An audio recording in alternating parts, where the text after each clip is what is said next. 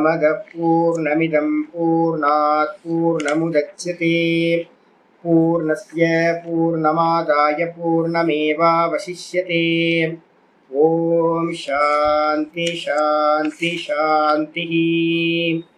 ओम कपिलाय नमस्तस्मै येनाविद्यो दधौ जगतिमग्ने कारुण्यात् सांख्यमयी नौरिव विहिता प्रतरणाय अल्पग्रन्थं स्पष्टं प्रमाणसिद्धान्तहेतुभिर्युक्तं शास्त्रं शिष्याहिताय समासतोऽहं प्रवक्ष्यामि।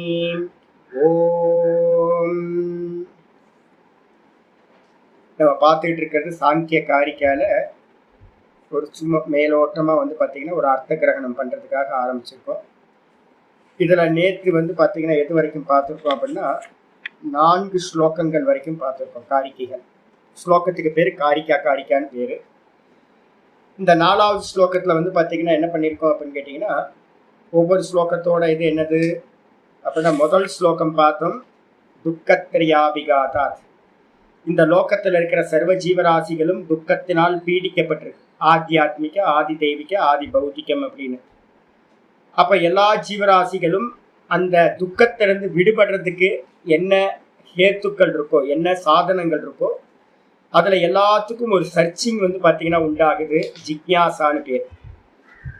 அது பார்த்தீங்கன்னா இந்த உலக விஷயத்தில் பார்த்தீங்கன்னா அந்த ஜிக்யாசா பூர்த்தி ஆகுதான்னு பார்த்தீங்க அப்படின்னா, இந்த லௌகிகமான திருஷ்ட விஷயத்தில் பார்த்தீங்கன்னா அத்தியந்தமாக முடிவாகவும், அதே நேரத்தில் பார்த்தீங்க அப்படின்னா ஏகாந்தம் நிச்சயமாகவும் சொல்யூஷன் பார்த்தீங்கன்னா இந்த திருஷ்ட விஷயங்கள்ல இல்லை, பிரத்யட்சமாக பார்க்கக்கூடிய விஷயங்கள்ல இல்லாத காரணத்தால். அப்போ யாருக்காவது ஜிக்யாசா உண்டாகுது அப்படின்னா கண்டிப்பாக சரிதான் சர்ச்சிங் பார்த்தீங்கன்னா கண்டிப்பாக உண்டாகுது. இது என்ன பண்ணுறது, இந்த 3 விதமான துக்கங்கள்லேருந்து எப்படியாவது விடுபடணுமே, என்ன பண்ணுறது அப்படின்னு உள்ளுக்குள்ளார ஒரு சர்ச்சிங் வந்துச்சு அப்படின்னா அது பார்த்தீங்கன்னா சமிச்சீனம் பவதி, சரியாதான் இருக்கும், உண்மைதான், அது நல்லது தான், யுக்தம் பவதி, நல்ல பொருத்தமானது தான் அப்படின்னு முதல் ஸ்லோகம் சொல்லிச்சு. 2வது பார்த்தீங்கன்னா ஒருவேளை பிரத்யக்ஷ விஷயத்துல இல்லைன்னா வேதத்துல சொல்லக்கூடிய நிறைய வழிமுறைகள் இருக்கு, அதுல இருந்து பார்க்கலாமா அப்படின்னா 2வது ஸ்லோகம் சொல்லுது. நம்ம எப்படி பார்த்தீங்கன்னா பிரத்யக்ஷ விஷயங்கள்ல பார்த்தீங்கன்னா நிச்சயமா முடிவா ஒரு சொல்யூஷன் கிடைக்கலையோ, அதே மாதிரி தான் பார்த்தீங்கன்னா திரஷ்டவத ஆணுஸ்ரவிக்க அப்படின்னு சொல்றது. ஆணுஸ்ரவிக்கம் சொல்லக்கூடிய வேதத்தோட பூர்வ பாகத்துல இருக்க கர்மகாண்டங்கள்ல இருக்கக்கூடிய சொல்யூஷன்ஸும் சஹி அவிசுத்தி க்ஷய அதிசய யுக்தா 3 தோஷங்கள் பார்த்தீங்கன்னா வைதிக கர்மங்களுக்கு இருக்கு. என்ன அப்படின்னு கேட்டீங்கன்னா, ஒன்று சொல்றாரு அசுத்தி. அசுத்தின்றதுக்கு அர்த்தம் பார்த்தீங்கன்னா வைதிக கர்மங்கள்லையும் ஹிம்சை முதலியவைகள், அசுத்தம் முதலியவைகள் இருக்கு. அது மட்டும் இல்லை, அதோட பலன்களை அடையும் போது என்ன ஆகுது, எல்லா வைதிக கர்மத்தோட பண்ணக்கூடிய கர்மங்களும் கூட க்ஷீணே புண்ணிய மருத்திய லோகம் விசந்தி என்ன பண்ணுது, பலன்கள் தேஞ்சு போனுச்சுன்னா திரும்பவும் இந்த உலகத்துக்கு கஷ்டப்பட வேண்டியிருக்கும். அதுக்கப்புறம் 3வது பார்த்தீங்கன்னா நம்ம இந்த லோக்கத்துல புண்ணிய கர்மத்தை பண்ணி மேலே போறோம் அப்படின்னா கம்பேரிட்டிவா தான் அங்க இருக்கும் ஒழிய, இங்க ஒரு நாளைக்கு அன்னதானம் பண்ணுவேன், ஒரு 100 பேருக்கு அன்னதானம் பண்றேன்றதும் ஒரு ஆளு, இன்னும் கொஞ்சம் பேர் பார்த்தீங்க அப்படின்னா 1000 பேருக்கு பண்றாங்க. நாங்க தான் இன்னைக்கு ஒரு 2 நாளுக்கு முன்னாடி பார்த்தீங்கன்னா யாரோ ஒருத்தர் வந்திருக்காரு, வருஷம் வராங்க, யாரோ ஒருத்தர் 1000 கமண்டலத்தை பார்த்தீங்க அப்படின்னா தானம் பண்ணிட்டு போயிருக்காங்க. ஆஸ்திரேலியாவில் 1000. நாங்களாம் பார்த்தீங்கன்னா அப்பப்போ கேட்குறவங்களுக்கு மட்டும் வாங்கி கொடுத்துக்கிட்டே இருக்கிறோம். அப்போ நமக்குள்ள ஒரு கௌரவம், நம்ம பெரிய தான பிரபு அப்படின்னு. ஒரே ஆள் பார்த்தீங்கன்னா ஒரே ராத்திரியில என்ன பண்றாரு அப்படின்னு கேட்டிங்கன்னா, ஒரு வேல்யூ பார்த்தீங்கன்னா ஒரு 350-400 ரூபாய் நல்ல கமண்டலம் சாப்பாடு சாப்பிட்றதுக்காக எல்லா சாதுக்களுக்கும் 1000 கொடுத்துட்டு போயிட்டார். ஒரே நைட்டில் கொடுத்துட்டு போயிட்டார். ஒரே நைட்டில் பார்த்தீங்கன்னா ஒரு 1000 பிளாங்கெட்டை பார்த்தீங்கன்னா நல்ல பிளாங்கெட்டை கொடுத்துட்டு போயிடுறாங்க. ஒரு 500-1000 ரூபாய் மதிப்புள்ளதை ஒரு 1000 பேருக்கு பார்த்தீங்கன்னா கொடுத்துட்டு போயிடுறாங்க. அப்போ நம்ம எல்லாம் என்ன ஆயிடுறோம், டிஃப்ரென்ஸ் இருக்கா? அப்போ 100 பேருக்கு அன்னதானம், 1000 பேருக்கு அன்னதானம், கணபதி ஹோமம் பண்றது, அதுக்கப்புறம் ஸ்ரீசக்கர ஹோமம் பண்றது, அதுக்கப்புறம் சுதர்சன ஹோமம் பண்றது, அதுக்கப்புறம் சண்டி ஹோமம் பண்றது, ருத்ர ஹோமம் பண்றது, அதுக்கப்புறம் யாகங்களை பண்றது, எல்லாத்துக்கும் தாரதமியம் இருக்கா? அப்ப சின்னது பெருசுன்னு எப்படி தாரதமியம் இருக்கோ அதே மாதிரி பலன்கள்லையும் என்ன இருக்கும் அப்படின்னா தாரதமியம் இருக்கும். நம்ம என்ன புண்ணியம் பண்ணிட்டு போறோமோ அதுக்கேற்ற மாதிரி தான் பலன்களை அனுபவிக்க வேண்டியிருக்கும் பரலோகங்கள்ல.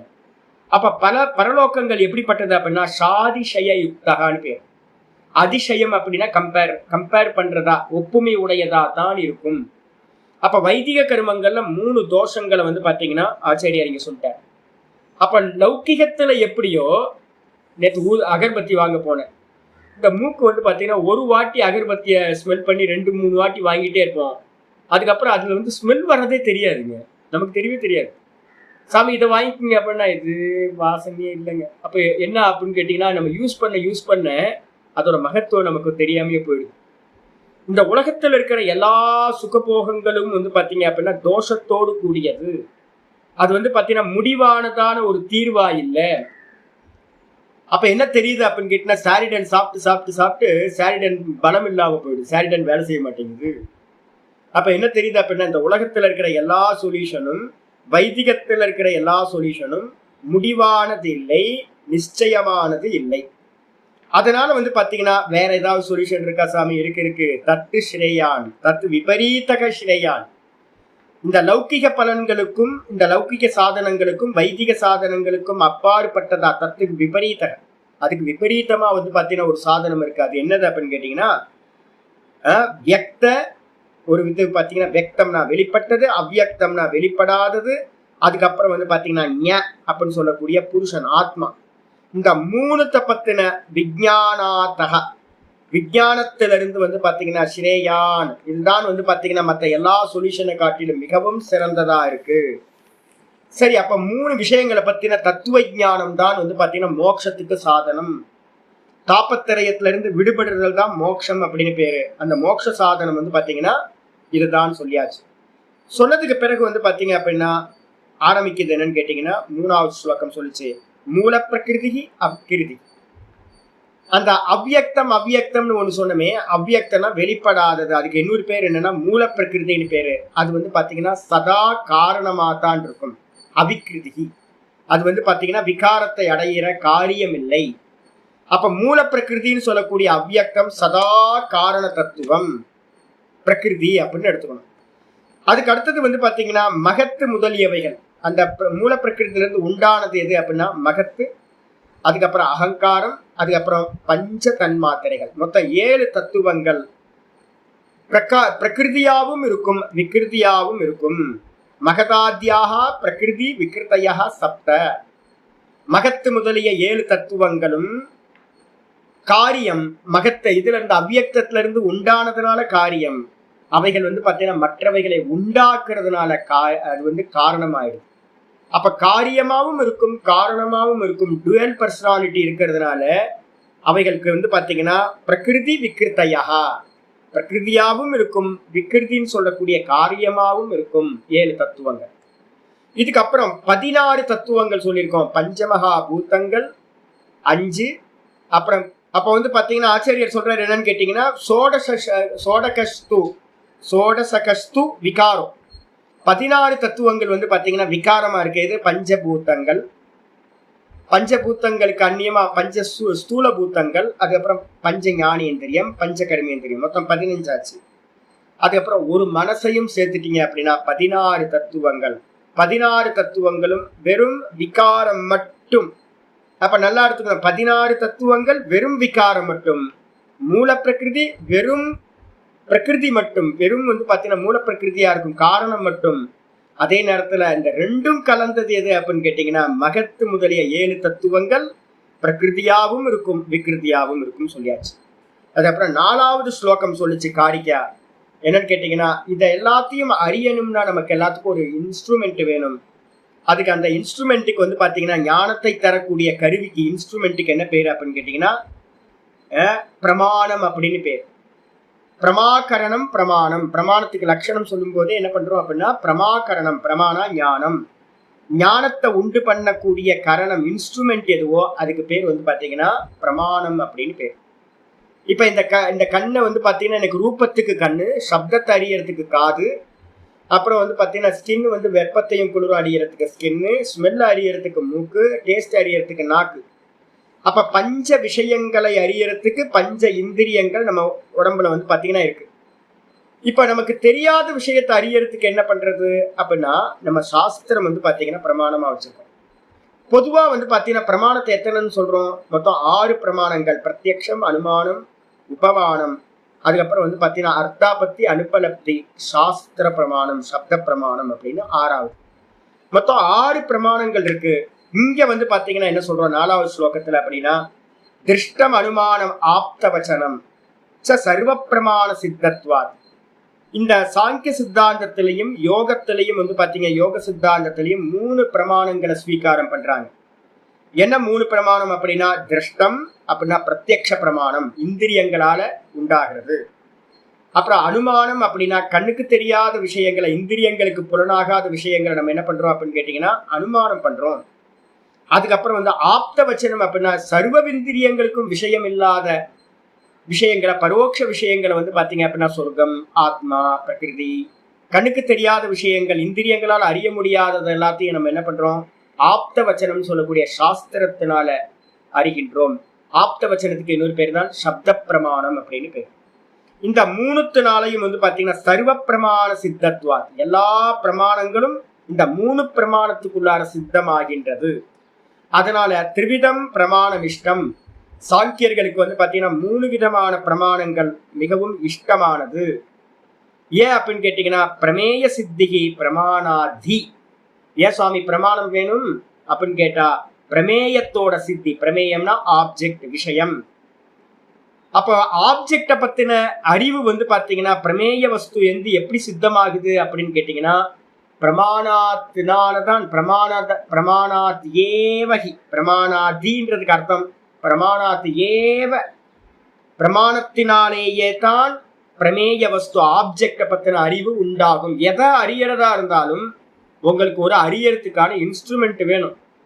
அறியறதுக்கான பிரமாணம் இல்லாம இந்த உலகத்துல எதையுமே அறிய முடியாது. சாங்கியர்கள் 3 பிரமாணத்தை ஸ்வீகாரம் பண்றாங்க. நேற்று வரைக்கும் பார்த்தாச்சு.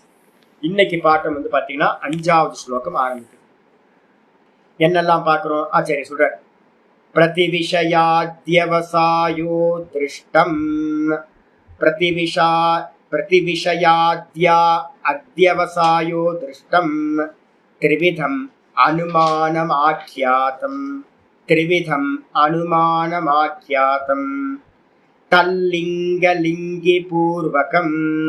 தல்லிங்கலிங்கி பூர்வகம். ஆப்த ஸ்ருதிர் ஆப்த வச்சனம் தூ. ஆப்த ஸ்ருதிர் ஆப்த வச்சனம் தூ. பிரதிவிஷயாத்யவசாயோ திருஷ்டம். திரிவிதம் அனுமானமாக்யாதம். தல்லிங்கலிங்கி பூர்வகம். ஆப்த ஸ்ருதிர் ஆப்த வச்சனம் தூ. 5வது ஸ்லோகம் சொல்லுது, இந்த 3 பிரமாணங்கள் இருக்கிறதுல அந்த 3 பிரமாணங்களை பத்தி சொல்லுது. பிரதி விஷய அத்தியவசாயோ திருஷ்டம். திருஷ்டம்ன்றதுக்கு அர்த்தம் என்னது? பிரத்யக்ஷ பிரமாணம் அப்படின்னு பேரு. திருஷ்டம்னா பார்க்கப்படுவது, அது பிரத்யக்ஷ பிரமாணம் அப்படின்னு பேரு. இந்திரிய அர்த்த சன்னிகர்ஷ ஜன்யம் ஞானம் பிரத்யக்ஷம். இந்திரியங்களும், இந்த கண்ணு காது மூக்கு வாயின்னு 5 இந்திரியங்களும், அந்த 5 இந்திரியத்துக்கான விஷயங்கள் சப்தம், ரூபம், ரசம், கந்தம், ஸ்பர்ஷம் அப்படின்னு சொல்லக்கூடிய 5 விஷயங்களும் ஆப்ஜெக்ட்ல இருக்கு. இந்திரியங்களும் இந்த விஷயங்களும் பாத்தீங்கன்னா ஒன்னோட ஒண்ணு பாத்தீங்கன்னா சன்னிகர்ஷம்னா ஒன்னுத்தோட பக்கத்துல ஒண்ணு உட்காரும் போது சந்நிதி அப்படின்னு அர்த்தம். சன்னிகர்ஷம்னா அருகில சேரும் போது, எனக்கு பக்கத்துல ஒரு ரூபம் வரும்போது, எனக்கு பக்கத்துல ஒரு சப்தம் கேட்கும் போது, என்னோட நாக்குக்கு பக்கத்துல ஒரு டேஸ்ட் வரும்போது, உன்னோட மூக்குக்கு பக்கத்துல ஒரு ஸ்மெல் வரும்போது, இந்த ஸ்கின்னுக்கு பக்கத்துல ஒரு வெப்பமோ குளிரோ ஏதோ ஒன்று வரும்போது எனக்கு என்ன ஆகுது அப்படின்னா ஒரு அறிவானது உண்டாகுது. அந்த அறிவு பாத்தீங்கன்னா எப்போ இது சிகப்பு கலர், இது பச்சை கலர் அப்படின்னு ரூபமும், கத்துறது கிளி கத்துது, காக்கா கத்துது, ஆட்டோ போகுது அப்படின்னும், அதே மாதிரி இது வெப்பமா இருக்கு, இது குளிரா இருக்கு அப்படின்னும், இது பாத்தீங்கன்னா காரமா இருக்கு, இனிப்பா இருக்கு, இந்த ஸ்மெல் மூதுவத்தி பாத்தீங்கன்னா இதா இருக்கு, சாண்டல்வுட் ஸ்மெல்லா இருக்கு, ஜாஸ்மின் ஸ்மெல்லா இருக்கு அப்படின்னும் எது நிச்சயமான அறிவு உண்டாகுதோ, இந்திரியங்களும் இந்திரிய விஷயங்களும் ஒன்று சேரும் போது பிரதி விஷய அத்தியவசாயம், ஒவ்வொரு விஷயத்தை பத்தின நிச்சயமான ஒரு புத்தி விருத்தி, புத்தியில தோன்றக்கூடிய ஒரு தாட்டுக்கு பேர் என்ன பேரு அப்படின்னா பிரத்யக்ஷ பிரமாணம். விற்த்திக்கு பேர் தான் பிரத்யக்ஷம். விற்த்திக்கு பேர் தான் யோக சூத்திரத்துல விற்த்தையக பஞ்சத்தையக நம்ம பார்த்துருக்கோம் பாத்தீங்களா. விற்த்திகள்ல தான் பிரமாண விற்பி அப்படின்னு பேரு, பிரமாண விற்த்தின்னு பேரு. புத்தியில பாத்தீங்கன்னா இது புஸ்தகம், இது லேப்டாப், இது மஞ்சள், இது பச்சை, இந்த ஸ்மெல் பாத்தீங்கன்னா ஜாஸ்மின் ஸ்மெல், ரொம்ப ஹாட்டா இருக்கு, ரொம்ப சில்லுன்னு இருக்கு அப்படின்னு நம்ம எதையெல்லாம் நிச்சயமான ஒரு தாட்டு புத்தியில உண்டாகுதோ அந்த அந்த விற்த்திக்கு பேரு பிரத்யக்ஷ பிரமாண விற்பி அப்படின்னு பேரு. முதல் சொல்லியாச்சு. அதுக்கப்புறம் திரிவிதம் அனுமானம் ஆக்கியாதம். இந்த சாஸ்திரத்துல பாத்தீங்கன்னா அனுமானத்தை பாத்தீங்கன்னா 3 விதமாக சாஸ்திரக்காரர்கள் சொல்கிறார்கள். என்ன 3 விதம் அப்படின்னு கேட்டீங்கன்னா நான் லைட்டா சொல்லிட்டே போயிடுறேன். சாமானியதக அனுமானம் ஒண்ணு பாத்தீங்கன்னா சாமானிய தஸ்து அனுமானம், ரெண்டாவது பாத்தீங்கன்னா பூர்வவத் அனுமானம், மூணாவது பாத்தீங்கன்னா சேஷவத் அனுமானம். 3 அனுமானங்கள் இருக்கு. பூர்வவத்து, சேஷவத்து, சாமானியதக திருஷ்ட அனுமானம். சாமானியதக திருஷ்ட அனுமானம் 3 இருக்கு அனுமானம். இந்த 3 பாத்தீங்கன்னா அனுமான பிரமாணத்தில் 3 விதமாக சொல்கிறார்கள். திருவிதம் அனுமானம் ஆக்கியாதம். இதுக்கு அடுத்தது பாத்தீங்கன்னா தத்லிங்க லிங்கி பூர்வகம். இந்த 3த்துல என்ன சுவாமி 3 விசேஷம் என்ன சுவாமி அப்படின்னு கேட்டீங்கன்னா ஒண்ணும் இல்லை.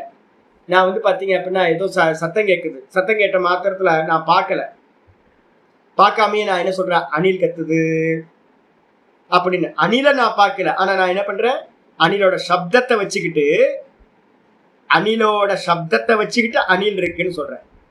குரங்கோட சத்தத்தை வச்சுக்கிட்டு நான் குரங்கு வந்திருக்குன்னு சொல்றேன். அவங்க ஆட்டம் போட்டாவே எனக்கு தெரிஞ்சிடும் குரங்கு வந்திருக்குன்னு. இதுக்கு என்ன பேரு அப்படின்னா சாமானியதக திரஷ்டம்.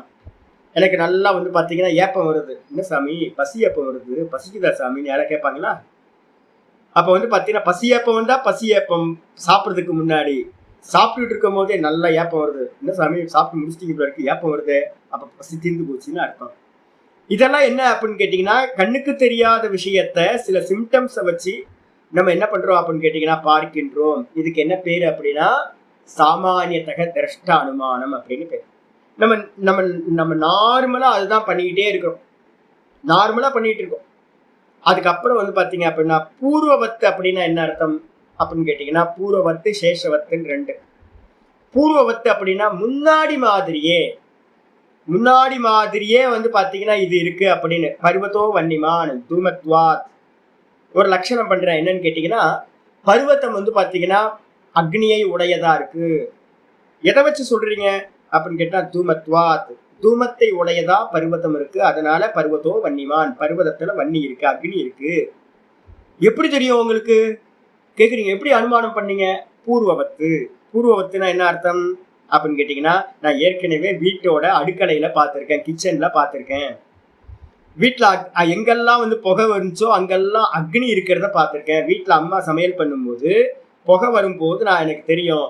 நான் எங்கேயோ வெளியில போயிட்டு வரேன், வீட்டுக்கு வெளியில பாத்தீங்கன்னா மேல இருக்கிற இது வழியா புகை வெளியில போயிட்டு இருக்கு. நான் உடனே அனுமானம் பண்றேன் என்னன்னா அம்மா சமைச்சுக்கிட்டு இருக்காங்க. வீட்டுல போய் பாக்குறேன், அம்மா பாத்தீங்கன்னா அக்னிக்கு மேல புகை கிளம்பி வருது. அப்போ எங்கெங்கெல்லாம் புகை இருக்குமோ அங்கங்கெல்லாம் அக்னி இருக்கும் அப்படின்னு ஏற்கனவே நான் வீட்டுல பாத்தீங்கன்னா பார்த்திருக்கேன். அதை அப்படியே நான் என்ன பண்றேன், மலையில போய் அப்ளை பண்றேன். மலையில புகை வருது, அப்ப மலையிலையும் பாத்தீங்கன்னா அக்னி இருக்கணும், யாரோ அங்க குக் பண்ணணும், இல்ல குளிர் காயணும், ஏதோ ஒரு அக்னி இருக்கணும். இதுக்கு என்ன பேரு அப்படின்னா பூர்வவத்து. நான் ஏற்கனவே நான் பார்த்ததை வச்சுக்கிட்டு ஒரு அனுமானத்தை பண்றது. இதுக்கப்புறம் சேஷவத்துனா என்ன சுவாமி அப்படின்னு கேட்டீங்கன்னா சேஷவத்துக்கு அர்த்தம் அர்த்தாபத்தி தான் சேஷவத்துன்னு இங்க நம்ம சொல்றோம். சேஷவத்து அப்படின்னா என்ன அர்த்தம், மிச்சம் இருக்கிறத வச்சுக்கிட்டு நம்ம பாத்தீங்க அப்படின்னா நான் ஒரு 10 ஒரு பழம் பாத்தீங்க அப்படின்னா பழத்தோட தோல் பாத்தீங்கன்னா கீழே கிடைக்குது. நான் வெளியில கோயிலுக்கு போயிட்டு வந்த மாத்திரத்துல பாத்தீங்கன்னா வாழைப்பழத்தோட தோல் எல்லாம் இருக்கு. அப்ப நான் என்ன பண்ணுவேன், வாழைப்பழத்தோட தோலை வச்சுக்கிட்டு நான் அனுமானம் பண்றேன் குரங்குங்க என்ன பண்ணிட்டு போயிருக்கு, வாழைப்பழத்தை சாப்பிட்டு தோலை போட்டுட்டு போயிருக்கு. நான் சாப்பிட்றத பார்க்கல, ஆனா வந்து பாத்தீங்கன்னா அதோட சேஷமா இருக்கிற அந்த மிச்சமா இருக்கிற அந்த வாழைப்பழத்தோட பார்க்க, மிச்சத்தை பார்த்துட்டு வந்து பாத்தீங்கன்னா நம்ம என்ன பண்றோம் அப்படின்னு கேட்டீங்கன்னா அனுமானம் பண்றோம். இதுக்கு பேரு சேஷவத்து அனுமானம்னு பேர். ஆயிடுச்சா? இந்த 3 அனுமானங்கள் இருக்கு. சாமானியத்தக திருஷ்டம், அதுக்கப்புறம் பூர்வவத்து, அதுக்கப்புறம் சேஷவத்து அப்படின்னு 3 விதமான பிரமாணங்கள் சொல்லப்படுது. இதுக்கப்புறம் வந்து பாத்தீங்கன்னா ஆச்சாரியார் அதை வந்து சொல்றாரு. என்னன்னு கேட்டீங்கன்னா தல்லிங்க லிங்கி பூர்வகம். அது எப்படி இருக்கு அப்படின்னு இந்த அனுமானம் 3மே என்ன அப்படின்னு கேட்டீங்கன்னா லிங்கம் இருக்கணும். ஏதாவது ஒரு லிங்கம் இருக்கணும். அனுமானம் பண்ணணும் அப்படின்னா என்ன இருக்கணும் அப்படின்னு கேட்டீங்கன்னா ஹேத்து இருக்கணும். ஏதாவது ஒரு அடையாளம் இருக்கணும்ல. சாமானிய திருஷ்டத்தை பார்க்கறதுக்கு என்னது வேணும் அப்படின்னு கேட்டீங்கன்னா காக்கா வந்து அணில் அணில் சத்தம் கேட்குதுனாவே இந்த சப்தம் வந்து அணிலோடது அப்படின்னு நான் சொல்றேன். இந்த சப்தம் வந்து பாத்தீங்க அப்படின்னா கிளியோடது அப்படின்ற, இந்த சப்தம் ஆட்டோவோடதுன்ற. அப்ப வந்து பாத்தீங்கன்னா ஒரு அடையாளம் இருக்குல்ல, ஒரு சப்தத்தை வச்சுதானே நான் போறது ஆட்டோ, வந்தது வந்து அணிலு, வந்தது கிளி அப்படின்னு நான் சொல்றேன். அப்ப அந்த சப்தம் என்னன்னு கேட்டீங்கன்னா ஹேத்துன்னு பேரு, லிங்கம்னு பேரு. லிங்கத்தை உடையது எது அப்படின்னு கேட்டீங்கன்னா லிங்கி அப்படின்னு பேரு. லிங்கம் லிங்கி. இத வந்து பாத்தீங்கன்னா காமனா சொல்லும் போது ஹேத்து ஹேத்துமத் பாவம் சொல்லுவோம். ஹேத்து ஹேத்துமத் பாவம். ஹேத்து ஹேத்துவை உடையது, லிங்கம் லிங்கத்தை உடையது, லிங்க லிங்கி. லிங்கம்ன்றது வந்து பாத்தீங்க அப்படின்னா அடையாளம். அந்த அடையாளத்தை உடையதுக்கு பேர் வந்து லிங்கி.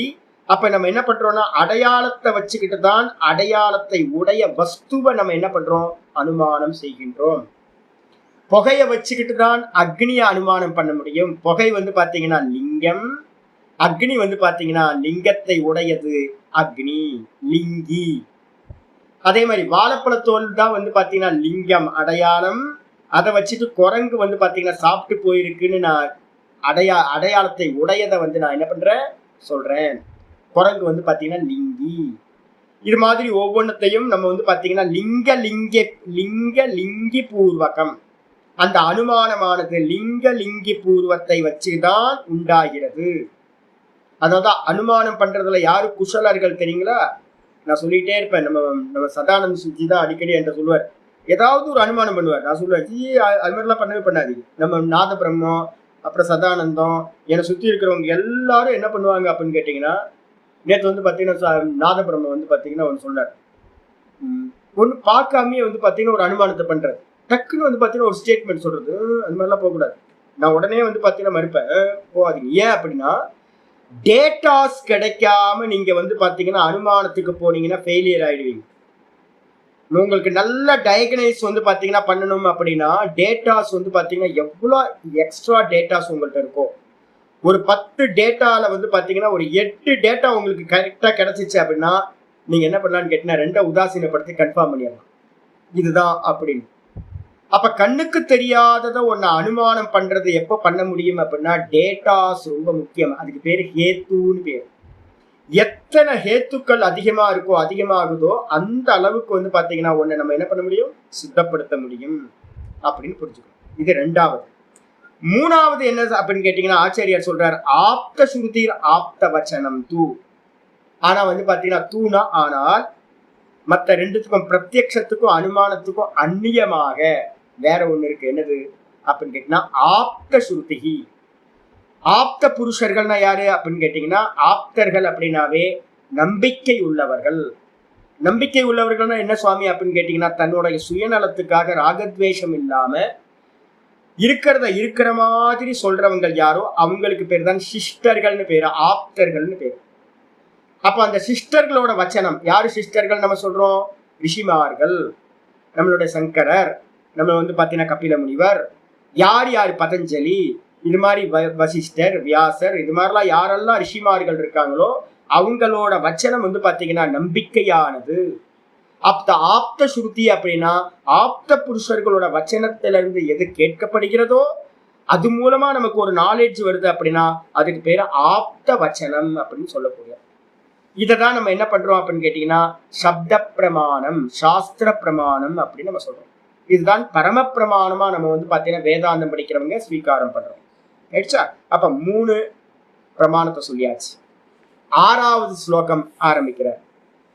சாமான்யதஸ்து திரஷ்டாத் சாமான்யதஸ்து திரஷ்டாத் அதீந்திரியாணாம் பிரதிரனுமானாத் பிரதீதிரனுமானாத். உங்களோட தப்பு இருக்கு, காரிக்கையில வந்து பாத்தீங்கன்னா தப்பு இருக்கு பாருங்க. பிரதிர் அனுமானாத் இருக்கு, இல்ல பிரதீதிர் அனுமானத், ஒரு தீ எக்ஸ்ட்ரா போட்டுங்க. சம்ஸ்கிருதத்திலையும் ஒரு தீ விட்டு போயிருக்கு, தமிழ்லயும் ஒரு தீ விட்டு போயிருக்கு. அதீந்திரியாணாம் பிரதீதிஹி அனுமான அதீந்திரியாணாம் பிரதீதிர் அனுமானாத் சாமான்யதஸ்து திரஷ்டாத் அதீந்திரியாணாம் பிரதீதிர் அனுமானாத் அதீந்திரியாணாம் பிரதீதிர் அனுமானாத் தஸ்மாதபி சாசித்தம் பரோக்ஷம் ஆப்தாகமாத் சித்தம் பரோக்ஷம் ஆப்தாகமாத் சித்தம் சாமான்யதஸ்து திரஷ்டாத் அதீந்திரியாணாம் பிரதீதிர் அனுமானாத் தஸ்மாதபி சாசித்தம் பரோக்ஷமாப்தாகமாத் சித்தம் சொல்றாரு. எது சான்ஸ்கிரிட்ல பிரதீதி, ஆமா சான்ஸ்கிரிட்ல கரெக்டா இருக்கு. ஆமா, தமிழ்ல தான் வந்து பாத்தீங்கன்னா தீ விட்டு போயிருக்கு, சம்ஸ்கிருதம் சரியா இருக்கு. சாமானிய தஸ்து அப்படின்னா திரஷ்டாத், இந்த உலகத்தில் இருக்கிற சாமானிய விஷயங்கள் எனக்கு தெரியுது, உங்களுக்கு தெரியுது, எல்லாத்துக்கும் தெரியுது. வெயில் அடிக்குது, ஆமா வெயில் அடிக்குது. மழை பெய்யுது, ஆமா மழை பெய்யுது. சர்க்கரை வந்து பாத்தீங்கன்னா இனிப்பா இருக்கு, மிளகா காரமா இருக்கு. இதெல்லாம் நம்ம சொல்றோம்ல, இதெல்லாம் சாமானிய தகன்னு பேரு. இந்த சாமானியமா கிடைக்கிறது எல்லாம் வந்து பாத்தீங்கன்னா திரஷ்டாத். சாமானிய தக வந்து பாத்தீங்கன்னா சாமானிய தஸ்து திரஷ்டாத். நம்ம சாமானியமா பாக்குற விஷயத்த வச்சுக்கிட்டு வந்து பாத்தீங்க அப்படின்னா, அதனாலதான் ஆச்சரிய சொல்றார், நம்ம இது பண்ணும் போதே பதார்த்தம் போடும்போது சொல்லிருக்கோம் அதீந்திரியானாம் பிரதீதி. முதல்ல அதை எடுக்கணும். அதீந்திரியானாம் பிரதீதிகி அப்படின்னா இந்திரியங்களுக்கு புலனாகாத விஷயங்கள் எதெல்லாம் இருக்கோ அதை எல்லாத்தோட அறிவும், பிரதீத்தின அறிவு, அவைகள் எல்லாமே சாமானிய தஸ்து திரஷ்டா. முதல் அனுமானத்துல 3 அனுமானம் பார்த்திருக்கோமா? 3 அனுமானத்துல என்ன வெரைட்டி சொல்லிருக்கோம்? சாமானியத்தக அனுமானம்னு பேர், சாமானியத்தக திரஷ்ட அனுமானம்னு பேர். 2வது சேஷவத்துன்னு பேரு, 3வது வந்து பாத்தீங்கன்னா பூர்வவத்துன்னு பேர். பூர்வவத்து சேஷவத்து, இந்த 3. இதுல முதல்ல இதைதான் இங்க சொல்றாரு ஆச்சாரியார். அதீந்திரியானாம் பிரதீதிகி, இந்திரியங்களுக்கு புலனாகாத விஷயங்களை, அக்னியை நாம் பார்க்கல, அக்னியத்தை பார்க்கல அப்படின்னும் போது கண்ணுக்கு தெரியல, மலைக்கு மேல இருக்கிற அக்னி. அப்ப நான் என்ன பண்றேன் அப்படின்னு கேட்டீங்கன்னா சாமானிய தஸ்து திரஷ்டாத், சாமானியமா பார்க்கக்கூடிய விஷயங்கள்ல இருந்து உண்டாகிற அறிவை வச்சுக்கிட்டு அனுமானம் செய்கின்றோம். அனுமானத்தினால் வந்து பாத்தீங்கன்னா சித்தம் பவதி. அப்ப என்ன அர்த்தம்? ஒண்ணு வந்து பாத்தீங்கன்னா பிரத்யக்ஷத்தை தூக்கி ஓரமா வச்சிருங்க. இன்னொன்னு வந்து பாத்தீங்கன்னா சாமானிய தக அனுமானம் சொல்லக்கூடியதை வச்சுக்கிட்டு அனுமானம் பண்றோம், அனுமானத்தினால அறிகிறோம். அதனாலயும் முடியல அப்படின்னா தஸ்மாத் அபிச்ச அசித்தம் சேத், ஒருவேளை வந்து பாத்தீங்கன்னா பிரத்யக்ஷத்துக்கும் விஷயம் இல்லை, அனுமானத்தினாலையும் நம்ம அனுமானிக்க முடியல, அப்படி இருக்கிற விஷயத்த நம்ம என்ன பண்ணணும்? பரோக்ஷம் அப்படின்னு பேர். அது பேர் பரோக்ஷம். என்ன அர்த்தம்? கண்களுக்கு எட்டாதது. அக்ஷண இந்திரியங்கள் அர்த்தம், இந்திரியங்களுக்கு அப்பாற்பட்டு இருக்கிறது, சொர்க்கம். இப்ப வந்து பாத்தீங்கன்னா பரோக்ஷம்னாவே என்ன அர்த்தம் அப்படின்னா சொர்க்கம், நரகம். இப்ப நம்ம பிரம்மலோகம் கண்ணுக்கு தெரியாம காலையில பாடத்துல எடுத்துட்டு இருக்கோம்ல, கந்தர்வலோகம், பித்ருலோகம், ஆதித்ய லோகம், சந்திரலோகம், தேவலோகம், பிரஜாபதி லோகம், இந்திரலோகம் அப்படின்னு நிறைய சொல்றோம். பிரம்மலோகத்தை பத்தி, சொர்க்கத்தெல்லாம் பத்தி பேசுறோம். இந்திரன் இருக்கார் அப்படின்றோம், திலோத்தமா இருக்காங்க, ஊர்வசி ரம்பாலா இருக்காங்க. நல்லா ஒயிட் யானையில வந்து பாத்தீங்கன்னா இந்திரன் போவார், வெள்ளை கலர் யானையில வஜ்ராயுதம் வச்சிருப்பார், எல்லாம் புஷ்பக விமானத்துல போவாங்க. அப்படிலாம் நம்ம படிக்கிறோம். அப்படின்னா இதெல்லாம் வந்து பாத்தீங்கன்னா பரோட்சம், நம்ம பார்க்கல, கண்ணுக்கு தெரியாது, இந்திரியங்களுக்கு தெரியாது, அனுமானமும் பண்ண முடியாது. அப்ப எதனால சுவாமி சித்தமாகும் அப்படின்னா பரோட்சம் ஆப்த ஆகமாத்து சித்தம். பரோட்ச விஷயம் எப்பவுமே வந்து பாத்தீங்கன்னா ஆப்த ஆகமாத் அப்படின்னு என்ன அர்த்தம்? ஆப்த வச்சனம்னு சொன்னோம்ல, யாரு? ரிஷிமார்களோட வச்சனம். அந்த ரிஷிமார்களுடைய வச்சனம் எது அப்படின்னு கேட்டீங்கன்னா ஆகமம்னு பேரு. நான் இன்னைக்கு காலையில கூட வந்து பாத்தீங்கன்னா வாட்சக்னிவியோட இதை பத்தி பேசும்போது என்ன சொன்னோம் அப்படின்னு கேட்டீங்கன்னா, நியாயப்படி வந்து பாத்தீங்கன்னா கேட்கணும். ஒரு ஞானம் எப்படி அடையப்படணும் அப்படின்னா குரு சிஷ்ய பாவம், குரு சிஷ்ய பாவத்துலதான் அடையப்படணும். முறையா கேட்டாதான் சொல்லுவோம். அதனாலதான் கதைய சொல்லிச்சு. நாங்க மദ്രാസ് பட்டணத்துல வாசம் பண்ணணும், அப்போ வந்து ஒரு கந்தர்வன் இருந்தார், அவர்கிட்ட இருந்து இந்த வித்யா எங்களுக்கு கிடைச்சது அப்படின்னு. அப்போ எந்த ஒரு ஞானமும் மூலம் என்னவா இருக்கணும் அப்படின்னு கேட்டீங்கன்னா ஆப்த ரிஷிமார்களுடைய வச்சனத்தில இருந்துதான் ஒரு ஞானம் கிடைக்கணும். எந்த விஷய பத்தின ஞானம் அப்படின்னு கேட்டீங்கன்னா கண்ணுக்கு எட்டாத, இந்திரியங்களுக்கு எட்டாத பரோட்ச விஷயங்களை பத்தின ஞானம். அப்ப சொல்லியாச்சு. சொன்னதுக்கு பிறகு வந்து பாத்தீங்கன்னா சரி, இப்ப நம்ம ஆத்மாவை பத்தி அவ்வியக்தத்தை பத்தி பேச போறோம். முதல்ல மூல பிரகிருதின்ற அவ்வியக்தம். அவ்வியக்தனாவே என்ன அர்த்தம்? வெளிப்படாதது. அதுக்கப்புறம் வந்து பாத்தீங்கன்னா மகத்து முதலிய தத்துவங்களை பத்தி, ஹிரண்ய கர்ப்பர்னு சொல்லக்கூடிய மகத்து முதலிய தத்துவங்களை பத்தி பேச போறோம். அதுவும் கண்ணுக்கு தெரியாது. அப்ப வந்து பாத்தீங்க அப்படின்னா கண்ணுக்கு தெரிஞ்சதை வச்சு வந்து பாத்தீங்கன்னா சயின்டிஸ்ட் ஃபுல்லா வந்து பாத்தீங்கன்னா கண்ணுக்கு தெரிஞ்சதுல நிறைய ஒர்க் அவுட் பண்ணிக்கிட்டு இருக்காங்க. ஆனா இது பூர்ணமா தெரியுதா அப்படின்னு கேட்டீங்கன்னா கண்ணுக்கு தெரிஞ்ச விஷயத்திலே பூர்ணமான நாலேஜ் யாருக்கும் உண்டாகல. இப்ப என்ன பண்றது சுவாமி அப்படின்னு கேட்டீங்கன்னா மூல பிரகிருதி, மகத்து முதலிய தத்துவங்கள் இத பத்திலாம் வந்து பாத்தீங்கன்னா பிரத்யட்சமாவோ இல்ல அனுமானத்தினாலேயோ அறிய முடியல.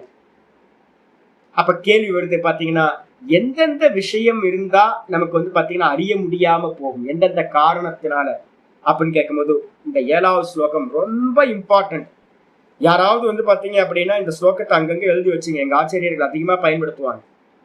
என்ன அப்படின்னு கேட்டீங்கன்னா ஒரு வஸ்து நமக்கு புலப்படாமல் போகணும் அப்படின்னா என்னென்னலாம் ரீசன்ஸ் இருக்கணும், ஒரு வஸ்துவை நம்ம அறிய முடியாததற்கு எத்தனை காரணங்கள் இருக்கணும் அப்படின்னு வரும்போது வருது முதல் சூத்திரம். இந்த சூத்திரம் 7வது வருது. அதிதூராத் சாமீப்யாத் இந்திரிய காதான் மனோனவஸ்தானாத். அதிதூராத் சாமீப்யாத் இந்திரிய காதான் மனோனவஸ்தானாத் சௌக்ஷ்மியாத் வியவதானாத் அபிபவாத் சமானாபிகாராச்ச. அழகான ஸ்லோகம். அதிதூராத், ஒரு வஸ்து ரொம்ப தூரத்துல இருந்தாலும் வந்து பாத்தீங்க அப்படின்னா கண்ணுக்கு தெரியாது. சொர்க்கம் எவ்வளவு தூரத்துல இருக்கு சுவாமி அப்படின்னு கேட்டீங்கன்னா 1,48,000 கோடி மைல் அப்படின்னு சொல்லுது. எவ்வளோ? 1,48,000 கோடி மைலா அப்படி ஒரு பிரமாணம் இருக்கு. அப்போ வந்து பாத்தீங்கன்னா ஐயோ அவ்வளவு தூரத்துல இருக்கிறது எப்படி தெரியும்? இன்னும் வந்து பாத்தீங்க அப்படின்னா லைட் இயர்ஸ்ல டிராவல் பண்ணாதான் வந்து பாத்தீங்கன்னா போய் சேர முடியும். அப்ப ரொம்ப தூரம் 1,48,000 கிலோமீட்டர்ல தூரத்துல இருக்கு அப்படின்னா 1,48,000 கிலோமீட்டர் தூரம், ரொம்ப தூரம், அறிய முடியாது. அதி தூரம். அமெரிக்கால இருக்கிறத இங்க இருந்து பார்க்க முடியுமா? பார்க்க முடியாது. மலைக்கு மேல தூரத்துல இருக்கிறத யாராவது ஒருத்தர் போயிட்டு இருக்காரு அப்படின்னா எப்படி எனக்கு தெரியும்? திருவண்ணாமலைக்கு மேல உச்சியில ஒருத்தர் உட்கார்ந்து இருக்காருன்னா தெரியாது, தூரமா இருக்கு. அப்போ வந்து அதி தூரத்துல இருக்கிற வஸ்து வந்து பாத்தீங்கன்னா நமக்கு தெரியாது. சொர்க்கம், நரகம், பிரம்மலோகம் இந்த மாதிரி எதெல்லாம் இருக்கோ அதெல்லாம் ரொம்ப தூரமா இருக்கு, அதனால தெரியாது. அதுக்கு அடுத்தது வந்து பாத்தீங்கன்னா சாமீபியாத். சாமீபியாத்துன்னா என்னோட புருவத்துல இந்த ஒரு சின்ன முடி இருக்குல்ல, இமை இருக்குல்ல, இந்த இமை எவ்வளவு தூரத்துல இருக்கு அப்படின்னா எனக்கு பக்கத்திலே இருக்கு. ஒரு இந்த இமையை வந்து பாத்தீங்கன்னா எனக்கு அடிக்கடி என்ன பண்ணுதுன்னா உள்ள சுருண்டு கண்ணுக்குள்ளார போகுது. இப்ப முதல்ல வந்து பாத்தீங்கன்னா அதிதூராத், ரெண்டாவது வந்து பாத்தீங்கன்னா சாமீபியாத். என்னோட புருவத்தோட இது இமையை வந்து பாத்தீங்கன்னா என்னால பார்க்க முடியல. எனக்கு பக்கத்துல ஒரு வஸ்துவை நான் வச்சுக்கிட்டேன் அப்படின்னா, இந்த பக்கத்துல இவ்வளவு பக்கத்துல வச்சுக்கிட்டேன் அப்படின்னா இதை பத்தி முழுசா அறிவு வந்து பாத்தீங்கன்னா எனக்கு கிடைக்காது. அப்ப கண்ணுல வச்ச மைய நம்ம பாக்குறது வந்து பாத்தீங்கன்னா முழு அறிவு நமக்கு கிடைக்காது. ரொம்ப க்ளோஸா இருந்துச்சுன்னா ஒன்னத்தை பத்தி அறிவு கிடைக்காது. ரெண்டாவது இது. அப்புறம் மூணாவது சொல்றாரு என்னன்னு கேட்டீங்கன்னா அதிதூராத் சாமீபியாத் இந்திரிய காத்தாத். இந்திரிய காத்தம்னா என்ன அர்த்தம்? இன்னைக்கு காலையில ஒருத்தர் கூப்பிட்டுக்கிட்டே இருக்கேன், சாமி சாமி சாமின்னு, அவர் பாட்டுக்கு ஃப்ரீயா போயிட்டு இருக்காரு. என்ன அர்த்தம்? காது போயிடுச்சுன்னு அர்த்தம். இந்திரியம் வந்து பாத்தீங்கன்னா ஃபெயிலியர் ஆகி போச்சு. இந்திரியம் ஃபெயிலியர் ஆச்சுனாலும் வந்து பாத்தீங்கன்னா அறிய முடியாது. அதுக்கு பேர் இந்திரிய காத்தாத்னு பேர். அதுக்கப்புறம் வந்து பாத்தீங்கன்னா மனோ அனவஸ்தானாத். மனசு வேற எங்கேயாவது இருந்துச்சுன்னா நமக்கு நிறைய பேருக்கு தெரியும். நான் எதையாவது சிந்திச்சுக்கிட்டு இருக்கேன், சாமி சாமின்னு யாராவது கூப்பிட்டா கூட வந்து பார்த்தீங்கன்னா தெரியவே தெரியாது. இன்னும் சாமி வந்து பார்த்தீங்கன்னா கேட்கவே மாட்டேன். ஏன்னா என் மனசுல வேற ஒரு சிந்தனையில டீப்பா இருந்ததுனால இங்க பக்கத்துல பேசுறவங்களோட விஷயம் எனக்கு தெரியல. நல்லா வந்து பாத்தீங்கன்னா சாப்பாடை எடுத்து வாயில இதுல ஒரு தட்டுல வச்சுட்டு சாப்பிட்டுக்கிட்டே ஒரு புஸ்தகத்தை, ரொம்ப இன்ட்ரெஸ்டான ஒரு புஸ்தகத்தை எடுத்து படிச்சுக்கிட்டே சாப்பிட்றேன் அப்படின்னா மனசு வந்து பாத்தீங்கன்னா புஸ்தகத்துல ஆழ்ந்து போச்சு அப்படின்னா இங்க சாப்பிட்றதுல உப்பு இருக்கா காரம் இருக்கா ஒரு மண்ணாங்கட்டியும் தெரியாது, டேஸ்டா இருக்கா டேஸ்ட் இல்லையா ஒன்றும் தெரியாது. அப்ப மனசு வேற ஒரு இடத்துல இருக்கிறதுக்கு என்ன பேரு? மனோ அனவஸ்தானாத். இது ரொம்ப முக்கியமானது. மனோ அனவஸ்தானாத் வேதாந்தத்துல ரொம்ப முக்கியமா சொல்றோம். நீங்க எங்கேயாவது வந்து பாத்தீங்கன்னா ஒரு ஜபத்திலேயோ இல்ல ஒரு கான்சென்ட்ரேஷன் வேற எங்கேயாவது இருந்துச்சு அப்படின்னா அப்ப என்ன ஆகும்? லோக்கமே இல்லாம போயிடும். தத்துவத்திலேயே அகம் அகம் அகம்ன்ற ஸ்புரணத்திலேயே நீங்க இந்த மனசு ஆழ்ந்து போச்சு அப்படின்னா வெளியில இருக்கிறது இந்த உலகம் இல்லாமையே போயிடும், அறியப்படாமலேயே போயிடும். மனோ அனவஸ்தானாத்ன்றது ரொம்ப முக்கியமானது. அதுக்கப்புறம் வந்து பாத்தீங்கன்னா சௌக்ஷ்மியாத். சௌக்ஷ்மியாத்னு என்ன அர்த்தம்?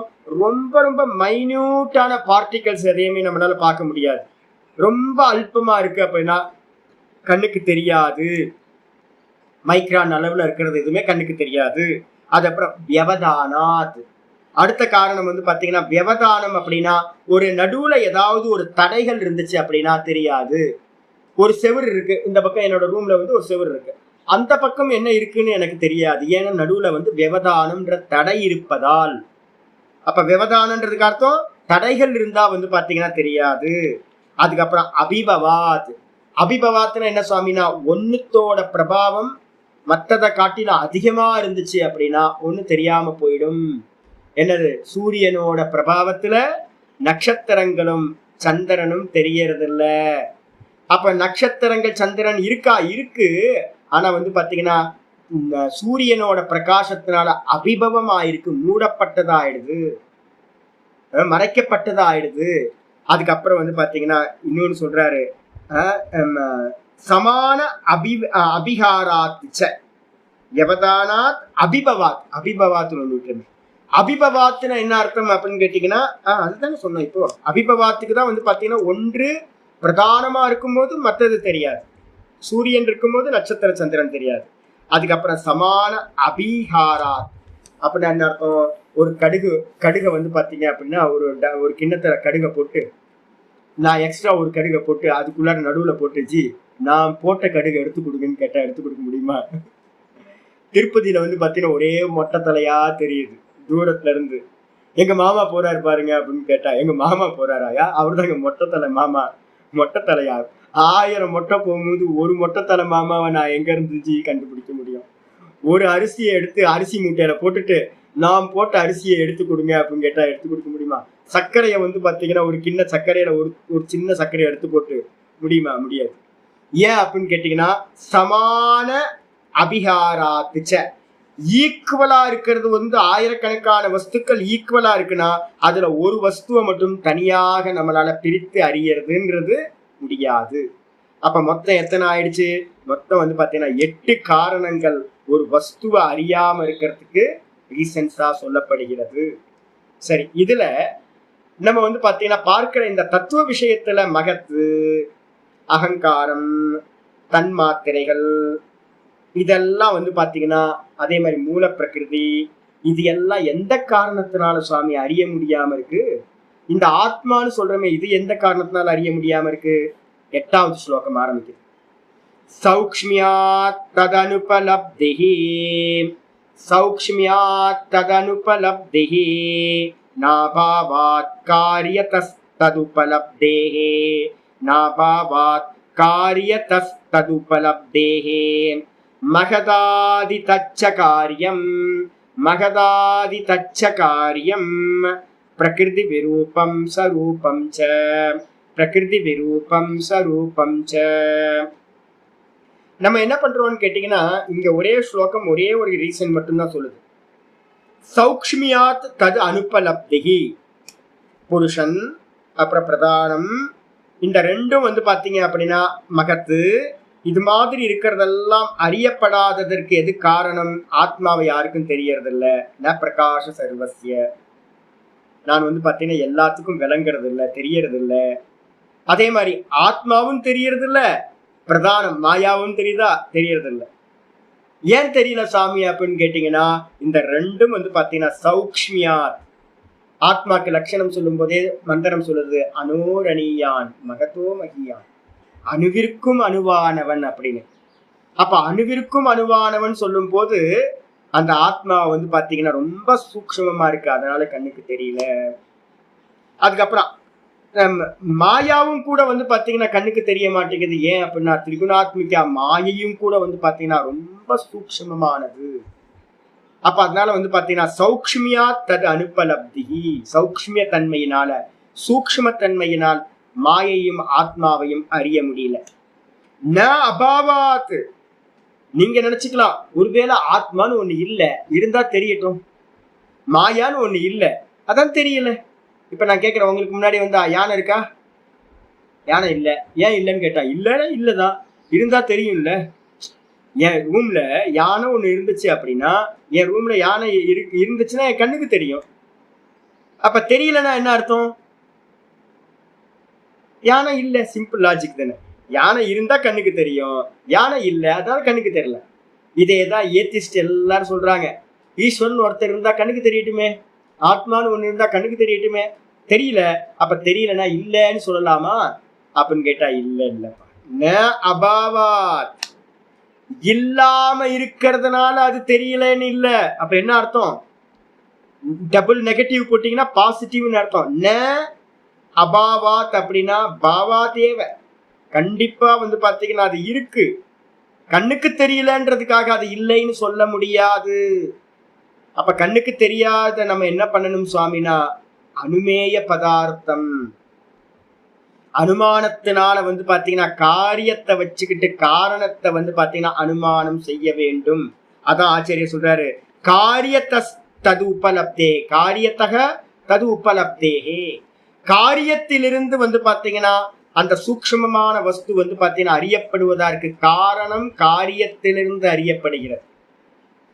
அந்த மூல பிரகிருதின்னு சொல்லக்கூடியதும் ஆத்மான்னு சொல்லக்கூடியதும் என்ன பண்றோம்? காரியத்தை வச்சுக்கிட்டு அனுமானம் பண்றோம். இந்த ஜெகத் இருக்கா, ஆமா, அப்ப கிரியேட்டர் இருக்கணும். சிம்பிள். எப்படி சொல்றீங்க? ஆமா, வீட்டுல பாத்தீங்கன்னா தோசை சாப்பிட்டேன், தோசை சாப்பிட்றதுக்கு அம்மா பாத்தீங்கன்னா தோசை ஊற்றி கொடுக்கறதுக்கு அம்மா இருந்தாங்க. வீடு கட்டியிருக்கேன், வீடு கட்டுறதுக்கு பாத்தீங்கன்னா ஒரு மேஸ்திரி இருந்து தான் வீடு கட்டினாரு. மேஸ்திரி இல்லாம வீடு எப்படி கட்ட முடியும்? ஒரு கிரியேட்டர் கண்டிப்பா இருக்கணும்ல. அப்ப பாத்தீங்கன்னா இந்த ஜெகத் இருக்கு, காரியம். இந்த காரியத்தை பாத்தீங்கன்னா வச்சுக்கிட்டு ஆத்மாவையும் ஈஸ்வரனையும் நம்ம சித்தப்படுத்துறோம். அப்ப அதனால பாத்தீங்க அப்படின்னா கண்ணுக்கு தெரியல அப்படின்றத வச்சுக்கிட்டு ஆத்மா இல்லை, ஈஸ்வரன் இல்லை, மாயா இல்லைன்னு சொல்ல முடியாது. சரி, அப்ப இங்க பாத்தீங்கன்னா மகத்து முதலியவைகள், மகதாதி தச்ச காரியம். இந்த மூல பிரகிருதி கண்ணுக்கு தெரியல, ஆனா பாத்தீங்கன்னா அந்த மூல பிரகிருதியில இருந்து தான் அதனுடைய காரியமாதான் மகத்து அகங்காரம் தன்மாத்திரைகள் எல்லாம் உண்டாயிருக்கு. அதனால இந்த மகத்து முதலியவைகளை வச்சுக்கிட்டு அதோட காரியம், அந்த காரியம் எப்படிப்பட்டது அப்படின்னா சொல்றது பிரகிருதி விரூபம். அது பாத்தீங்கன்னா பிரகிருதியோட விகாரம். பிரகிருதி விரூபம்னு அர்த்தம் மூல பிரகிருதியோட விகாரம் காரியம். அது மட்டும் இல்லாம பாத்தீங்கன்னா பிரகிருதியோட சமரூபமும் கூட. அது மகத்து முதலியவைகள் எல்லாமே பிரகிருதியோட சமத்தன்மையும் அவைகளில் இருக்கு. காரணத்தோட குணம் காரியத்தில் இருக்கும். இந்த நூல் பாத்தீங்கன்னா காவி கலர் நூலா இருந்துச்சுன்னா வஸ்திரம் எப்படி இருக்கும்? காவி வஸ்திரமா இருக்கும். வெள்ளை கலர் நூலா இருந்துச்சுன்னா வெள்ளை வஸ்திரம். அப்போ காரணத்துல இருக்கிற தன்மை பாத்தீங்கன்னா காரியத்திலும் சிலது காணப்படும். வெள்ளை நூல்ல இருந்து வெள்ளை துணி பண்ணணும், துணி காரியம். அந்த வெள்ளை துணியில பாத்தீங்கன்னா காரணத்தோட வெண்மை தன்மை பாத்தீங்கன்னா இருக்கு, சமத்தன்மை இருக்கு. அதே மாதிரி மூல பிரகிருதின்றது பாத்தீங்கன்னா என்ன குணம் இருக்கு? 3 குணம், திரிகுணாத்மகம் சொல்றோமா. மூல பிரகிருதி என்னது? திரிகுணாத்மகம். அந்த 3 குணங்களை உடைய தன்மை பாத்தீங்கன்னா எங்கெல்லாம் இருக்கும்? அதனுடைய காரியத்துல எல்லாம் இருக்கும். பிரகிருதின்றதோட விகாரம் தான் இந்த மகத்து முதலிய காரியங்கள். இந்த மகத்து முதலிய காரியங்கள்ல என்ன இருக்குன்னு கேட்டீங்கன்னா சரூபம் ச. அது எப்படி இருக்கு அப்படின்னு கேட்டீங்கன்னா விரூபம் ச சரூபம் ச. அது மூலப்பிரகிருதியோட விகாரமாவும் இருக்கும், கூடவே அதோட சரூபமாவும் சமமான தன்மையோடையும் இருக்கும். அப்ப மூலப்பிரகிருதி திரிகுணாத்மகம், மகத்து முதலியவைகளும் என்னது திரிகுணாத்மகம் அப்படின்னு முடிவு கொண்டுடலாம். சொல்லியாச்சு. இந்த 8வது ஸ்லோகத்துல வந்து பாத்தீங்கன்னா என்ன பண்ணிருக்கோம், காரணம் வந்து பாத்தீங்கன்னா எதனாலாம் தெரியலன்னு ஒவ்வொன்றா பார்த்தோம் அப்படின்னா, இங்க சௌக்ஷ்மியம்ன்ற ஒரே ஒரு ஹேத்து மட்டும் சொல்லியிருக்கு. புருஷன் ஏன் தெரியலன்னா என்ன சொல்லுவீங்க? ஈஸ்வரன் ஏன் தெரியலன்னா, ஹிரண்ய கர்ப்பர் ஏன் தெரியல? மகத் தான் ஹிரண்ய கர்ப்பர். மகத் ஏன் தெரியல? ஈஸ்வரன் ஏன் தெரியல? ஆத்மா ஏன் தெரியல? அப்படிலாம் கேள்வி கேட்டீங்க அப்படின்னா எல்லாம் வந்துடும் உங்களுக்கு. ஆத்மா வந்து பாத்தீங்கன்னா அப்படின்னு என்னன்னு கேட்டீங்கன்னா, அதிதூராத் அப்படின்றத விட்டுருங்க. அதிதூராத் வந்து பாத்தீங்கன்னா ரொம்ப தூரம்லாம் இல்லை, அதி சாமீபியாத் வருமா? ஆமா. ஏன் அப்படின்னு கேட்டீங்கன்னா, ஆத்மா வந்து எனக்குள்ளாரியே ஆத்மாவா இருக்கு, ரொம்ப க்ளோசஸ்ட். ஈஸ்வரன் வந்து பாத்தீங்கன்னா எனக்கு ரொம்ப க்ளோஸா ஆத்மாவாவே இருக்காரு. ஈஸ்வரன் ரொம்ப சமீபத்துல இருக்காரு. இந்த ஹிரண்ய கர்ப்பர்ன்றது என்னோட சுவாசமாவே இருக்காரு, அவரும் மகத்து, அதுவும் ரொம்ப க்ளோஸ். அதி சாமீபியாத்னால தெரியறது இல்லை. அப்புறம் இந்திரிய காத்தாத் அப்படின்னா அது இல்லை, இந்திரியங்கள் நல்லா இருந்தா கூட தெரியாது. அப்புறம் மனோ அனவஸ்தானாத்துனா இது கரெக்ட். நமக்கு மனசு வந்து பாத்தீங்கன்னா பகிர்முகமாவே இருக்கு, அதனால உள்ள இருக்கிற வந்து தத்துவங்களை வந்து சூக்ஷ்ம தத்துவங்களை நம்மளால அறிய முடியறதில்ல. அப்போ வந்து பாத்தீங்கன்னா அதி சாமீபியம் வந்துருது, அது அப்புறம் மனசோட அனவஸ்த தன்மையினால அறிய முடியறது இல்லை. அதுக்கப்புறம் சௌக்ஷ்மியாத் ரொம்ப சூக்ஷ்மமா இருக்கு, அறிய முடியறது இல்லை. அதுக்கப்புறம் வியவதானாத், வியவதானம் இருக்கா? ஆமா சாமி, விஷய சிந்தனை தான் வியவதானம். நம்ம மனசுல நிறைய விஷய சிந்தனை வந்துகிட்டே இருக்கு அப்படின்னா அப்போ என்ன தெரியறது இல்லைன்னு கேட்டீங்கன்னா, உள்ள இருக்கிற ஆத்மா தெரியறது. இந்த இந்திரியங்களுக்கு ஆத்மா ஏன் புலப்படுறது இல்லைன்னா, இந்த இந்திரியங்களுக்கு அப்புறம் மனசு இருக்கு, மனசுக்கு அப்புறம் புத்தி இருக்கு, புத்தியை தாண்டிதான் அவ்வியக்தம் இருக்கு, அவ்வியக்தத்தை தாண்டிதான் வந்து பாத்தீங்கன்னா ஆத்மா இருக்கு. அப்ப நிறைய பேரிகேட்டர்ஸ் வந்து பாத்தீங்கன்னா இருக்கு, அதனால இந்திரியங்களுக்கு வந்து பாத்தீங்கன்னா ஆத்மா விஷயமாகிறது இல்லை. அப்ப வந்து பாத்தீங்கன்னா வியவதானம் இருக்குன்றதை எடுத்துக்கலாம். அது இப்ப அபிபவாத்துன்னு இருக்கா அப்படின்னா, ஆமாமா அபிபவாத் தான். யோகமாயா சமாவிருத்தக பார்த்திருக்கோம்ல, என்ன பண்ணிருக்க அப்படின்னு கேட்டீங்கன்னா, அபிபவாத்துன்றதுக்கு அர்த்தம் இந்த மாயா வந்து பாத்தீங்கன்னா ரொம்ப விஸ்தாரமா வந்து பிரபாவத்தோட இருக்கு. அதனால வந்து பாத்தீங்கன்னா உள்ள இருக்கிற ஆத்மா தெரிய மாட்டேங்குது. கஹ்வரேஷ்டம் அப்படின்னு கட்டோபனிஷத் சொல்லுது. குப்பை கூலங்களுக்கு நடுவுல மறைஞ்சிருக்கிற மாணிக்கம் மாதிரி இருக்கு, குப்பை ரொம்ப இருக்கு, வெளில தெரியாம மாணிக்கம் கீழே இருக்கு. அப்ப அபிபவாத்ன்றது வந்துருது. அப்புறம் சமாபிகாராச்சன் இருக்கான்னு கேட்டீங்கன்னா அது இல்லை, அது வந்து பாத்தீங்கன்னா நம்ம பார்க்க முடியாது. அப்ப நம்ம ஆத்மாவை ஈஸ்வரன் அறிய முடியாத காரணம் சாமீபியாத், அதுக்கப்புறம் மனோஅனவஸ்தானாத், அதுக்கப்புறம் சௌக்ஷ்மியாத், அதுக்கப்புறம் வியவதானாத், அப்புறம் அபிபவாத். இந்த 5 காரணங்களால உள்ள இருக்கிற ஆத்மாவை அறிய முடியும் சொல்லியாச்சு. இதுக்கு அப்புறம் வந்து பாத்தீங்கன்னா 9வது ஸ்லோகம் ஆரம்பிக்கும். அசத காரணாத் உபாதான கிரகணாத் சர்வ சம்பவ அபாவாத் சர்வ சம்பவாபாவாத் சக்தஸ்ய சக்ய கரணாத் சக்தஸ்ய சக்ய கரணாத் காரணபாவாச்ச காரணபாவாச்ச சத்காரியம். அசத காரணாத், அந்த அசத அகரணாத் இருக்கு, கா போடணும் ஜி, ரெண்டுத்திலையுமே கா போடணும். அசத அகாரணாத், அசத காரணாத், கா கா தீர்க்கம் இருக்கணும். அசத காரணாத் ததுபாதான கிரகணாத் சர்வ சம்பவ அபாவாத் சக்தஸ்ய சக்ய கரணாத் சக்தஸ்ய சக்ய கரணாத் காரணபாவாச்ச சத்காரியம் ஆயிடுச்சு. ஆச்சாரியர் வந்து பாத்தீங்கன்னா சத்காரியவாதம்னு பேரு. சாங்கியம் அதே மாதிரி வந்து பாத்தீங்கன்னா வேதாந்தம். இந்த 2 தரிசனங்களும் சாங்கியம் யோகம் வேதாந்தம், இந்த 3த்துக்கும் என்ன பேரு அப்படின்னு கேட்டீங்கன்னா, இந்த 3 பேசுற வாதத்துக்கு பேரு சத்காரியவாதம் அப்படின்னு பேரு. சத்காரியவாதம்னா என்ன சுவாமி அப்படின்னு கேட்டீங்கன்னா, காரியம் இருக்கு அப்படின்னா காரணம் அப்படின்னு ஒரு வஸ்து இருக்கணும். காரியம் இருக்குன்னா கண்டிப்பா வந்து பாத்தீங்கன்னா காரணம்னு ஒரு வஸ்து இருக்கணும். ஆனா காரணம் கண்ணுக்கு தெரியுமா? காரணம் கண்ணுக்கு தெரியாது. அப்ப கண்ணுக்கு தெரியலனாலையும் கூட வந்து பாத்தீங்கன்னா அது கண்ணுக்கு தெரியாமல் இருக்கிறது அப்படின்னு எடுக்கணும். இந்த மொத்த ஜெகத்தும் இருக்கா? ஆமா இருக்கு. கண்டிப்பா வந்து பாத்தீங்கன்னா இதுக்கு காரண கர்த்தா என்ன யார் இருக்கணும்? ஈஸ்வரன் ஒருத்தர் கண்டிப்பா இருக்கணும். அப்படின்னு வந்து பாத்தீங்க அப்படின்னா சொல்றது எதுவோ அதுக்கு பேர் வந்து பாத்தீங்கன்னா சத்காரியவாதம் அப்படின்னு பேர்.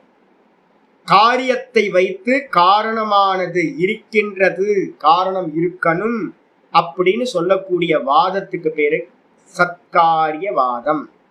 ஆயிடுச்சா? இங்க வந்து பாத்தீங்கன்னா ஆச்சாரியர் ஒவ்வொன்றா நிரூபணம் பண்றார். அசத் அகாரணாத், அசத் அகாரணாத் ஒரு முதல்ல வந்து பாத்தீங்கன்னா எந்த ஒரு இருப்பில்லாததும் காரணமாக இருக்க முடியாது. இருப்பில்லாதது எதுவும் காரணமாக இருக்க முடியாது. முதல் ரீசன். நான் வந்து பாத்தீங்கன்னா அஜி இந்த காணல் ஜலம் இருக்குல்ல, இந்த காணல் ஜலத்தை வச்சு வந்து பாத்தீங்க அப்படின்னா கொஞ்சோண்டு டீ போடுங்களேன் அப்படின்னா போட முடியுமா? இந்த துணியை வந்து பாத்தீங்கன்னா நல்லா துவைச்சு கொண்டு வாங்க, காணல் ஜலம் ஓடுது பாருங்க, போய் குளிச்சுட்டு வாங்க, நல்லா துவைச்சிட்டு வாங்க, ஒரு குடம் தண்ணி கொண்டு வாங்கன்னா முடியுமா? முடியாது. ஏன் அப்படின்னு கேட்டீங்கன்னா காணல் ஜலத்துக்கு என்ன இல்லை? இருப்பு இல்லை. அப்ப இருப்பில்லாதது வந்து பாத்தீங்க அப்படின்னா அசத்துன்னு பேரு. இருப்பில்லாதது வந்து பாத்தீங்கன்னா எதற்கும் காரணமாக முடியாது. நான் சொல்றேன், முயல் கொம்பை வச்சு வந்து பாத்தீங்கன்னா ஒரு ஆபரணம் பண்ணணும் ஜி அப்படின்னா, முயல் கொம்புன்னு ஒண்ணு இருந்தா தானே ஆபரணம் பண்ண முடியும். முயல் கொம்பு இல்லை. அதே மாதிரி வந்தியா புத்திரனை வச்சுக்கிட்டு வந்து பாத்தீங்க அப்படின்னா நல்லா என்னோட பொண்ணுக்கு வந்து வந்தியா புத்திரனை கல்யாணம் பண்ணலாம்னு நினைக்கிறேன். எப்படி முடியும்? வந்தியாவுக்கு புத்திரனே இல்லையே. அப்ப இது மாதிரி இல்லாத வஸ்துவை வந்து பாத்தீங்க அப்படின்னா இல்லாத வஸ்து எதற்கும் காரணம் இல்லை. இல்லாத வஸ்து, இருப்பில்லாத வஸ்துக்கு பேரு அசத்துன்னு பேரு. அசத்து வந்து பாத்தீங்கன்னா அகாரணாத், அது வந்து பாத்தீங்கன்னா எதற்கும் காரணம் இல்லை. ஆயிடுச்சா? ஒண்ணு. ரெண்டாவது சொல்றாரு உபாதான கிரகணாத். நீங்க எந்த ஒரு காரியத்தை வந்து பாத்தீங்கன்னா ஆசைப்பட்டாலும் எனக்கு ஒரு காஃபி வேணும் அப்படின்னா டும், இந்த ஆகாசத்தை ஓம் க்ரீம் சூம் அப்படின்னு போட்டு டும் ஒரு காஃபி அப்படின்னு எடுக்க முடியுமா? எடுக்க முடியாது. காஃபி வேணும்னா நம்ம என்ன பண்றோம்? பால், காஃபி தூள், சுகர், இந்த மூணுத்தையும் கிரகணம் பண்ணாதானே காஃபி கிடைக்கும். அப்ப வந்து பாத்தீங்கன்னா ஒரு காரியத்தை சித்தப்படுத்துறதுக்கு நம்ம என்ன பண்றோம்? உபாதான கிரகணாத். ஒரு உபாதான மெட்டீரியல் காசை வச்சுக்கிட்டு தான் ஒரு காரியத்தை நம்ம சித்தப்படுத்துறோம். அப்ப இந்த மொத்த ஜெகத்திற்கு அப்படின்னா கண்டிப்பா ஒரு மெட்டீரியல் காசு வந்து பாத்தீங்கன்னா இருக்க வேண்டும். ரெண்டாவது ரீசன். அப்ப என்ன அர்த்தம்? இருப்பில்லாதது எந்த ஒரு காரியத்திற்கும் காரணமாகாது. அதான் அசத் அகாரணாத். ரெண்டாவது, எந்த ஒரு காரியம் பண்றதா இருந்தாலும் நீங்க இமீடியட்டா அது பண்ணணுமா? என்ன வேணும் அப்படி நம்ம வந்து ஒரு காரணத்தை வந்து பாத்தீங்கன்னா நம்ம சர்ச்சிங் பண்றோம். உபாதான கிரகணம் எடுக்கிறோம். உபாதானத்தை மெட்டீரியல் காசை செலக்ட் பண்றோம். அதுக்கப்புறம் மூணாவது வந்து பாத்தீங்கன்னா சர்வ சம்பவ அசம்பவாத். சர்வ இரு வந்து தப்பி போயிருக்கு சம்ஸ்கிருதத்தில். சர்வ சம்பவ அபாவாத். சர்வ சம்பவ அபாவாத். சர்வ சம்பவ அபாவம்னா என்ன அர்த்தம் அப்படின்னு கேட்டீங்கன்னா, எனக்கு ஒரு துணி வேணும் ஜி. துணி வேணும்னா என்ன பண்ணணும்? நூல் வேணும் நெய்யறதுக்கு. நான் சொல்றேன், ஒரு பக்கெட் மண்ணை எடுத்துக்கொண்டு ஜி இந்த மண்ணை வச்சுக்கிட்டு ஒரு மீட்டர் துணியை நெய்ஞ்சு கொடுங்க அப்படின்னா, மண்ணை வச்சுக்கிட்டு எப்படிங்க துணியை நெய்யறது? ஒரு ஆள்கிட்ட வந்து பாத்தீங்கன்னா ஒரு நூல் கண்டை கொடுத்து நீங்க வந்து பாத்தீங்கன்னா ஒரு 4 பானையை பண்ணி கொடுங்க அப்படின்னா, ஒரு பால் வந்து 1 லிட்டர் பாலை கொடுத்துட்டு எனக்கு கொஞ்சம் ரைஸ் வந்து பாத்தீங்கன்னா சாதம் வடிச்சு கொடுங்க அப்படின்னா, பாலை வச்சுக்கிட்டு ரைஸ் எப்படிங்க பண்ண முடியும்? பாலை வச்சு காஃபி போட்டு கொடுக்கலாம், தயிர் பண்ணலாம். ஆனா நீங்க சாதம் கேட்டீங்கன்னா சாதம் எப்படி கிடைக்கும்? ரைஸ் தானே வேணும். சாதம் பண்ணணும்னா அரிசி வேணுமே. அப்ப வந்து பாத்தீங்கன்னா அரிசியை கொடுத்து எனக்கு ஒரு கிளாஸ் தயிர் கொடுங்க அப்படின்னா எப்படி கிடைக்கும் தயிர்? அப்ப என்ன தெரியுது அப்படின்னு கேட்டீங்கன்னா, எல்லாத்திலிருந்தும் எல்லாமும் சம்பவிக்காது. சூப்பர். எல்லாத்திலிருந்தும் சர்வ சம்பவ அபாவாத். எல்லாத்துல இருந்தும் எல்லா காரியங்களும் வந்து பாத்தீங்கன்னா சம்பவிக்க முடியாது. ஆயிடுச்சா? அப்ப கண்டிப்பா வந்து பாத்தீங்கன்னா ஒரு காரியத்துக்கு காரணம் முக்கியமானது. இந்த காரியம்னா இதுக்கு இந்த காரணம்தான் வேணும் அப்படின்னு ஒரு நிர்ணயம் இருக்கு. அது மட்டும் இல்ல, அடுத்து சொல்றாரு சக்தஸ்ய சக்கிய கரணாத். முக்கியமானது என்ன அப்படின்னு கேட்டீங்கன்னா, சக்தஸ்ய அப்படின்னா சக்தி உள்ள காரணத்திற்கு மட்டுமே. சக்தம் அப்படின்னா சாமர்த்தியம் உடையது. இப்ப வந்து பாத்தீங்கன்னா மண்ணை வந்து பாத்தீங்கன்னா எல்லா மண்ணுலயும் வந்து பாத்தீங்கன்னா நீங்க பானை பண்ண முடியுமா? எல்லா மண்ணுலயும் பண்ண முடியாது. அந்த பானை பண்றதுக்குன்னு ஒரு மண்ணுல ஒரு சாமர்த்தியம் இருக்கு. மணல்ல பானை பண்ண முடியுமா? மணல்ல பானையெல்லாம் பண்ண முடியாது சாமி. ஒட்டவே ஒட்டாது. நீங்க என்னதான் தண்ணி ஊத்தினாலும் மணல் வந்து கடற்கரையில இருக்க மணல் வந்து ஒட்டவே ஒட்டாது. அப்ப ஒட்டாத மணலை வந்து பாத்தீங்கன்னா பானை பண்ண முடியாது. அப்ப பானை பண்ணணும்னா அதுக்கு ஏத்த சாமர்த்தியம் உள்ள மண்ணு தேவை, களிமண் வேணும். வண்டலும் களிமண்ணும் கலந்த ஒரு கலவை தான் வந்து பாத்தீங்க அப்படின்னு நல்ல கலவையா செம்மண் கலந்து இருந்தாதான் வந்து பாத்தீங்கன்னா பானை பண்ண முடியும். அது கலந்து இருக்கு. அப்ப என்னன்னு கேட்டீங்கன்னா சக்தஸ்ய சக்கிய கரணா, சாமர்த்தியம் உள்ளதற்கு மட்டுமே காரியத்தை உண்டு பண்ணும் தன்மை இருக்கிறது. இல்ல அப்படின்னா சாமர்த்தியம் இல்லை அப்படின்னா காரியத்தை உண்டு பண்ண முடியாது. அப்ப இந்த ஜெகத்து உண்டாயிருக்கு அப்படின்னா இந்த ஜெகத்தை உண்டு பண்றதுக்கான சாமர்த்தியம் ஏதோ ஒரு காரணத்துல இருக்கு. அந்த காரணம் வந்து பாத்தீங்கன்னா அதுல இந்த இதெல்லாத்தையும் உண்டு பண்ற சாமர்த்தியம் உடையதான் மூல பிரகிருதி கண்டிப்பா இருக்கணும். அதுக்கப்புறம் காரண அபாவாத்திச்ச, காரண அபாவாத்திச்ச, காரண பாவாத்திச்ச, காரணம் இருப்பதாலும் இந்த உலகத்துல நம்ம பாக்குறோம் எந்த விஷயமா இருந்தாலும் அதுக்கு ஒரு காரணம் இருக்கு. நான் இருக்கேன்னா என்னோட அப்பா அம்மா இருக்காங்க, ஒரு மரம் இருக்கா ஒரு விதை இருக்கு, ஒரு செடி இருக்குன்னா கண்டிப்பா ஒரு விதை கண்டிப்பா இருந்திருக்கணும். எந்த வஸ்துவை எடுத்தீங்கன்னாலும் காரியத்தை எடுத்தாலும் காரணம் வந்து பாத்தீங்கன்னா பாவமா இருக்கு, இருப்பு பொருளா இருக்கிறத நம்ம பாக்குறோம். அதனால வந்து பாத்தீங்கன்னா சத்காரியம், அதனால வந்து பாத்தீங்கன்னா சத்காரியவாதம் சித்தமாகிறது. அப்ப கண்டிப்பா கண்ணுக்கு தெரியலன்றதுக்காக மூல பிரகிருதியையோ கண்ணுக்கு தெரியலன்றதுக்காக வந்து பாத்தீங்கன்னா மகத் முதலிய தன்மாத்திரைகள் முதலியவைகளையோ நீங்க என்ன பண்ண முடியாது, இல்லைன்னு சொல்ல முடியாது. அப்ப என்ன அர்த்தம், இந்த காரியத்தை வச்சுக்கிட்டு காரணம்னு சொல்லக்கூடிய மூல பிரகிருதி மகத்து முதலியவைகள் கண்டிப்பா இருக்க வேண்டும் என்று சத்காரியவாதம் சித்தமாகின்றது. சொல்லியாச்சு. 9வது ஸ்லோகம். 10வது ஸ்லோகம் வரார். ஹேதுமதனித்யமவ்யாபி சக்ரியம் சக்ரியம் அநேகமாஸ்ரிதம் லிங்கம் சாவயவம் பரதந்திரம் வியக்தம் விபரீதம் அவ்யக்தம். இனிமே வந்து பாத்தீங்கன்னா வியக்தத்தை பத்தி காரியத்தை பத்தி பேச ஆரம்பிக்கிறார். முதல் சப்தம் எங்க எடுக்கணும், 2வது லைன்ல இருக்கிற வியக்தத்தை எடுத்துக்கணும். வியக்தம் அப்படின்னா என்ன அர்த்தம், காரியம். வியக்தம் இஸ் ஈக்வல் டு காரியம், வெளிப்பட்டதுன்னு அர்த்தம். வியக்தம்னா வெளிப்பட்டது.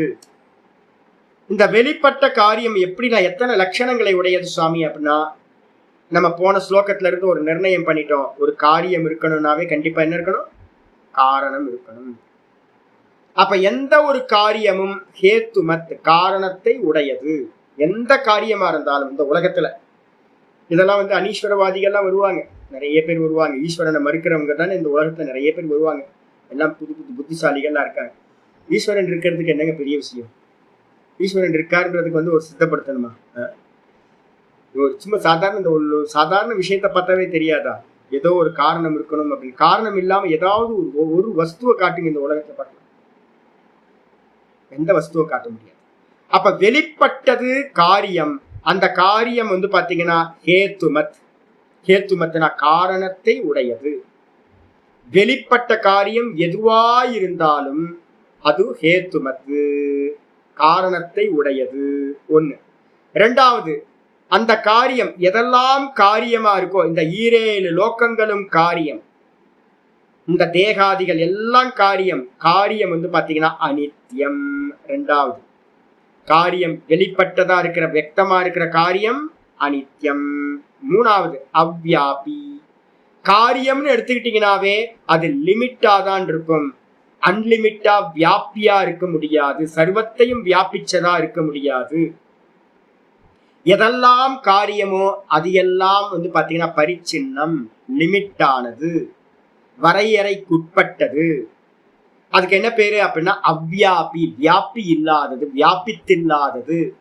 வெளிப்பட்டது அனைத்தும் காரியம், அது வியாபி இல்லை, அது வந்து லிமிட்டானது, வரையறைக்குட்பட்டது. அதுக்கப்புறம் வந்து பாத்தீங்கன்னா சக்ரியம். எதெல்லாம் வெளிப்பட்டதோ அது எல்லாம் கிரியைக்கு உட்பட்டது, அதுல வந்து காரியம் பண்ண முடியும். சக்ரியம் அப்படின்னா கிரியைகளை உடையது, செயலை உடையது. இந்த உலகத்துல இருக்கிற எல்லாம் சேஞ்ச் ஆகிட்டே இருக்கும். ஏன் அப்படின்னா சக்கிரியம், இந்த லோகத்துல இருக்கிறது தேகம் எல்லாமே. அதுக்கப்புறம் அநேகம், எது காரியமோ, ஏக்கம் காரணம், காரியம் அநேகம். காரணம் எப்பவுமே ஒண்ணு இருக்கும், காரியம் வந்து பாத்தீங்கன்னா அநேகம். அநேக குழந்தைங்க எங்க வீட்டுல வந்து பாத்தீங்கன்னா நான் 8வது குழந்தை. ஆனா அம்மா அம்மா ஒரே ஒரு அம்மா, ஒரே அம்மா 8 குழந்தைங்க. மிச்சம் இருக்கிறது கம்மி தான், பழைய காலத்துல அப்படிதானே. மிச்சம் 3 பேர் 2 பேர் 4 பேர் தான் இருப்பாங்க. 2-3 குழந்தைங்கலாம் செத்து போயிடும். ஆனா வந்து பாத்தீங்கன்னா 8 குழந்தைங்க, ஒரே அம்மா. அதே மாதிரி காரியம் வந்து பாத்தீங்க அப்படின்னா அநேகம், காரணம் வந்து எத்தனைவா இருக்கும், ஒண்ணுதான் இருக்கும். அதுக்கப்புறம் வந்து பாத்தீங்கன்னா ஆசிரித்தம், எப்பவுமே வந்து பாத்தீங்கன்னா காரியம் என்ன பண்ணிருக்கும் அப்படின்னு கேட்டீங்கன்னா தன்னுடைய காரணத்தை சார்ந்து இருக்கும். இந்த வஸ்திரத்துக்கு என்ன காரணம், நூலு. அப்ப இந்த வஸ்திரம் எதனால நிக்குது, நூலுனால நிக்குது. இந்த வஸ்திரம் எதை சார்ந்து இருக்கு, நூலை டிபெண்ட் பண்ணிருக்கு. நூலை டிஸ்ட்ராய் பண்ணிட்டீங்கன்னா கிளாத் இருக்குமா, கிளாத் இருக்காது. அப்ப எப்பவுமே காரியம் வந்து பாத்தீங்க அப்படின்னா காரணத்தை சார்ந்து இருக்கிறது. காரணம் இல்லை அப்படின்னா காரியம் இருக்காது. அப்போ ஆசிரிதம் அப்படின்னா சார்புடையது. ஆயிடுச்சா? அதுக்கு அடுத்தது வந்து சொல்றது என்னன்னு கேட்டா லிங்கம். காரியங்கள் எல்லாம் ஒரு அடையாளம்ங்க, ஒரு லிங்கம் அது. ஏன் அப்படின்னா இந்த காரியத்தை வச்சு நீங்க எதை அனுமானம் பண்ணணும், காரணத்தை அனுமானம் பண்ண முடியும். அப்ப காரணத்தை அறிவதற்கு லிங்கம் எது அப்படின்னா காரியம். காரணத்தை அறிவதற்கு காரியங்கள் எல்லாம் லிங்கமாக இருக்கின்றது. அதுக்கப்புறம் சாவயவம், எந்த காரியங்கள் எல்லாத்தையும் பார்க்குறீங்களோ அந்த காரியங்கள் எல்லாம் வந்து பார்த்தீங்கன்னா அவயவங்களை உடையது. இந்த கிளாத்து, இந்த கிளாத்தை வந்து பார்த்தீங்கன்னா என்ன பண்ணுறோம், நான் வந்து பார்த்தீங்கன்னா இந்த கிளாத்தில் வந்து பார்த்தீங்கன்னா கார்னரில் வந்து பார்த்தீங்கன்னா ஒரு அடையாளம் பண்ணி வச்சுருப்பேன். இந்த பர்மனெண்ட் மார்க்கரை வச்சு வந்து பார்த்தீங்கன்னா ஒரு கோடு போட்டு வச்சுருப்பேன். ஏன் அப்படின்னு கேட்டிங்கன்னா இதுதான் மேலே போடணும், இது இந்த பாகம் கீழே வரணும்.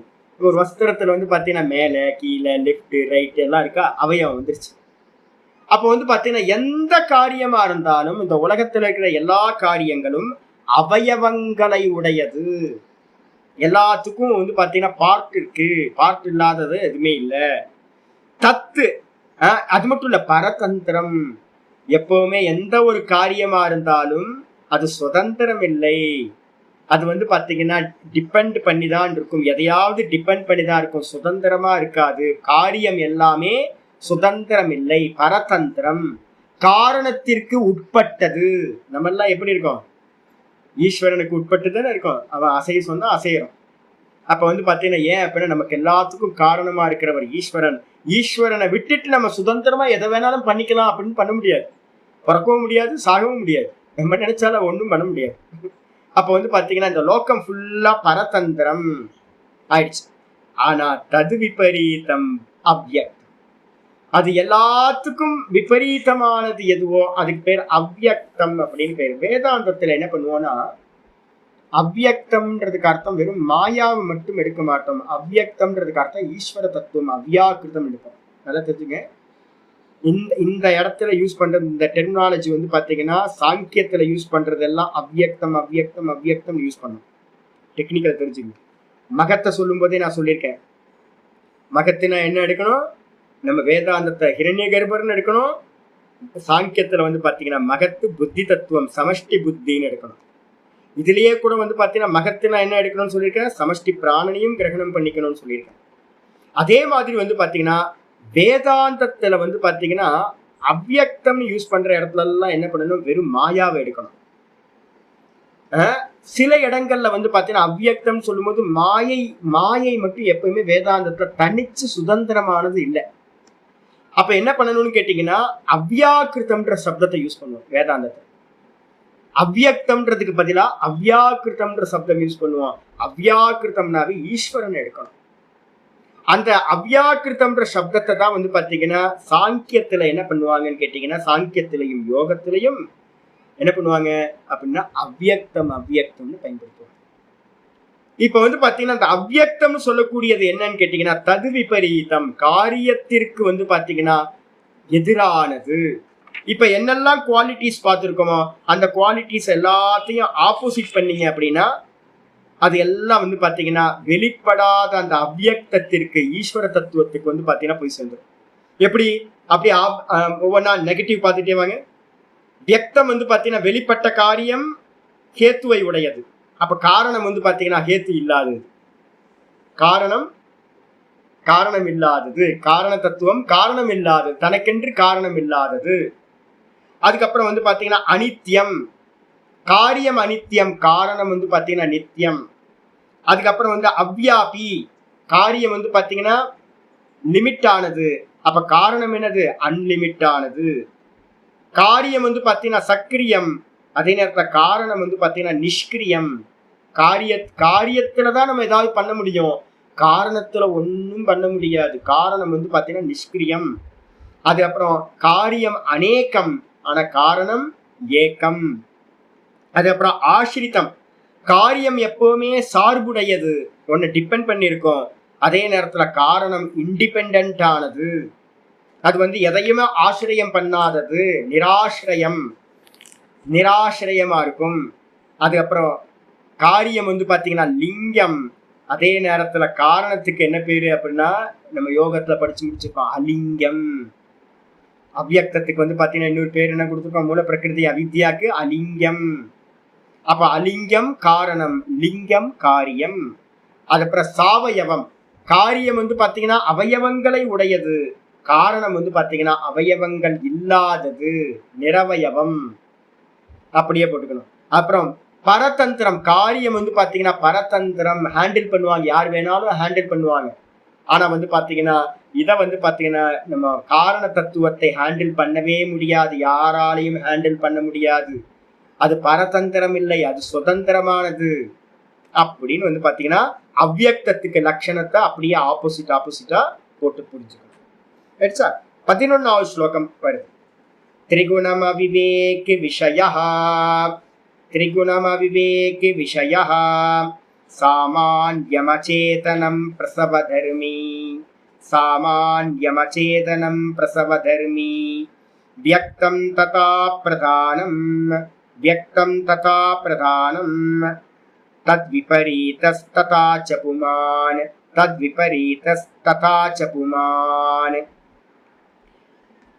வியக்தத்தை பத்தி பேசுது. போன ஸ்லோகம் என்ன பண்ணிச்சு அப்படின்னு கேட்டீங்கன்னா வியக்தத்தை பத்தி தான் போன ஸ்லோகமும் சொல்லிச்சு. இப்ப திரும்பவும் வந்து பாத்தீங்கன்னா வியக்தம் எப்படிப்பட்டது அப்படின்னு கேட்டீங்கன்னா, வியக்தம் திரிகுணம், வெளிப்பட்ட எல்லா காரியமும் என்னது? 3 குணங்களால் ஆனது. இந்த உலகத்துல இருக்கிற சர்வ பதார்த்தங்களும் திரிகுணாத்மகம். நல்லா புரிஞ்சுக்கணும். மொத்த ஜெகத்தும் வந்து பாத்தீங்கன்னா எதெல்லாம் வெளிப்பட்டதா இருக்கோ அது எல்லாம் திரிகுணம். எதெல்லாம் வெளிப்பட்டிருக்கோ வியக்தமாயிருக்கோ அது எல்லாம் 3 குணம். ஒரு அணு இதுல வந்து மைக்ரோஸ்கோப்ல பாக்குறான சயின்டிஸ்ட் பார்க்க முடியுமா? பார்க்க முடியும். எவ்வளவு மைக்ரானா வந்து நீங்க பார்த்தாலும் கூட அது என்ன ஆயிடுது? வியக்தம். எவ்வளவுக்கு எவ்வளவு நுண்ணுக்கமான அணுவா இருந்தாலும், சின்ன பார்ட்டிகளா இருந்தாலும், நீங்க ஒரு இன்ஸ்ட்ருமெண்ட்டை வச்சு பாக்குறதா இருந்தாலும் அது என்னது? வியக்தம் ஆயிடுச்சுன்னு அர்த்தம். அப்படிப்பட்ட எந்த வஸ்துவா இருந்தாலும், அணுன்னு நம்ம சொல்றோமே, அணு வந்து பாத்தீங்கன்னா ரொம்ப மைனூட் பார்ட்டிகள் தானே. ஆனால் அதுவும் கூட என்னது அப்படின்னு கேட்டீங்கன்னா திரிகுணம். அதுலயும் 3 குணங்கள் இருக்கும். அப்ப திரிகுணம். அது மட்டும் இல்ல, எதெல்லாம் வெளிப்பட்டதா இருக்கோ அதெல்லாம் ஜடம். வெளிப்பட்டதெல்லாம் ஜடம். அவிவேகின்னு பேர். நம்ம பார்க்கிற எந்த வஸ்து வெளிப்பட்டதா இருக்கோ, எந்த வஸ்துக்கும் அறிவில்லை, இந்த தேகத்துக்கு அறிவில்லை, இந்த புத்திக்கு அறிவில்லை, இந்த மனசுக்கு அறிவில்லை, இந்த இந்திரியங்களுக்கு அறிவில்லை, எதுக்குமே அறிவில்லை. இந்த டேபிளுக்கு அறிவில்லை, இந்த மலைக்கு அறிவில்லை, இந்த வீட்டுக்கு அறிவில்லை, ஒரு மண்ணாங்கட்டிக்கும் அறிவில்லை. ஏன் அப்படின்னா எல்லாம் வெளிப்பட்டது.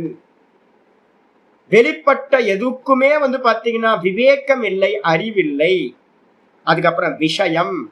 எதெல்லாம் வெளிப்பட்டதா இருக்கோ அது எல்லாம் ஆப்ஜெக்ட். விஷயம்ன்றதுக்கு அர்த்தம் என்னது? ஆப்ஜெக்ட் ஆனது, பார்ப்பவனுக்கு விஷயமா இருக்கிறது, பார்க்கப்படுவது திருஷ்யம். எதெல்லாம் வெளிப்பட்டதா இருக்கோ அது எல்லாம் வந்து பாத்தீங்கன்னா ஆப்ஜெக்டா இருக்கிறது, விஷயமா இருக்கிறது. அதுக்கப்புறம் வந்து பாத்தீங்கன்னா சாமானியம். வெளிப்பட்டது எல்லாம் வந்து பாத்தீங்கன்னா நம்ம என்ன பண்ணுவோம்? எல்லாருமே பார்க்கலாம், எல்லாருமே அனுபவம் பண்ணலாம். இந்த உலகத்துல இருக்கிற எல்லாத்துக்கும் காமன் அது. வெளிப்பட்டது அனைத்தும் சாமானியம், சாதாரணம். அது மட்டும் இல்ல அச்சேதனம். அச்சேதனம்னு என்ன அர்த்தம்? ஜடம். எதெல்லாம் வெளிப்பட்டதோ, எதையெல்லாம் பார்க்கிறோம், அதனால நம்ம லட்சணம் சொல்லும்போது சொல்றோம்ல, என்னது ஆத்மனாத்ம விவேகத்துல முதல் ஸ்லோகம் சொல்லிக்கிட்டே இருக்கனே, திருஷ்யம் சர்வம் அனாத்மா சியாத் திருகேவ ஆத்மா விவேகினா. அப்ப பாத்தீங்க அப்படின்னா திருஷ்யம் சர்வம், எதெல்லாம் பார்க்கிறோமோ அது எல்லாம் அனாத்மா. அனாத்மான அர்த்தம்? அச்சேதனம். சேத்தனம் இல்ல, சைத்தன்யம் இல்ல, ஜடம், எல்லாம் அறிவில்லாதது. அது மட்டும் இல்லாம பிரசவ தர்மி, இந்த உலகத்துல இருக்கிறது எல்லாம் பாத்தீங்கன்னா பிரசவமானது, பிரசவத்தை உடையது. பிரசவ தர்மின்னு அர்த்தம்? பிறந்தது. இந்த மொத்த லோக்கமும் பாத்தீங்கன்னா உண்டாய் உண்டாய் உண்டாய் நாசமாய், உண்டாய் நாசமாய், உண்டாய் நாசமாய் நடந்துகிட்டே இருக்கும். அப்ப இந்த மொத்த ஜெகத்தும் பிரசவ தர்மத்தை உடையது, மாற்றத்தை உடையது. நம்ம சொல்லியிருக்கல 6 வித பாவ விகாரங்கள் சொல்லியிருக்கல, அஸ்தி ஜாயத்தே வர்த்தத்தை விபரிணமத்தை அபக்ஷியத்தை வினஷ்யதி. இதே மாதிரிதான் இந்த உலகத்தில் இருக்கிறது எல்லாம் தோன்றும், உண்டாகும், அப்புறம் மெதுவா மெதுவா தேஞ்சு போகும், ஒரு நாள் இல்லாம போகும். அப்ப அதனால இதுக்கு என்ன பேரு அப்படின்னா பிரசவ தர்மினா, உண்டான தர்மத்தை உடையது. பிரசவ தர்மி எல்லாம் உண்டாச்சு. அதுக்கப்புறம் பாத்தீங்கன்னா பிரசவ தர்மி பவதி. பிரசவ தர்மி பவதி அப்படின்னா அதுக்கப்புறம் பிரதானம். பிரசவ தர்மான்னு இருக்கணும். பாஷிக்காரர் பாத்தீங்கன்னா சொல்லுவாரு, பிரசவ தர்மான்னு இருக்கணும். இனி பிரத்தியம் போட்டு பிரசவ தர்மின்னு போட்டிருக்கு. ஏன் அப்படின்னு கேள்வி கேட்டீங்கன்னா சொல்லுவாரு, என்னன்னு கேட்டீங்கன்னா சதா மாறுதலை உடையது அப்படின்ற. சதா காலமும் பாத்தீங்கன்னா மாறிக்கிட்டே இருக்கிறதுனால இதுக்கு பேர் பிரசவ தர்மி.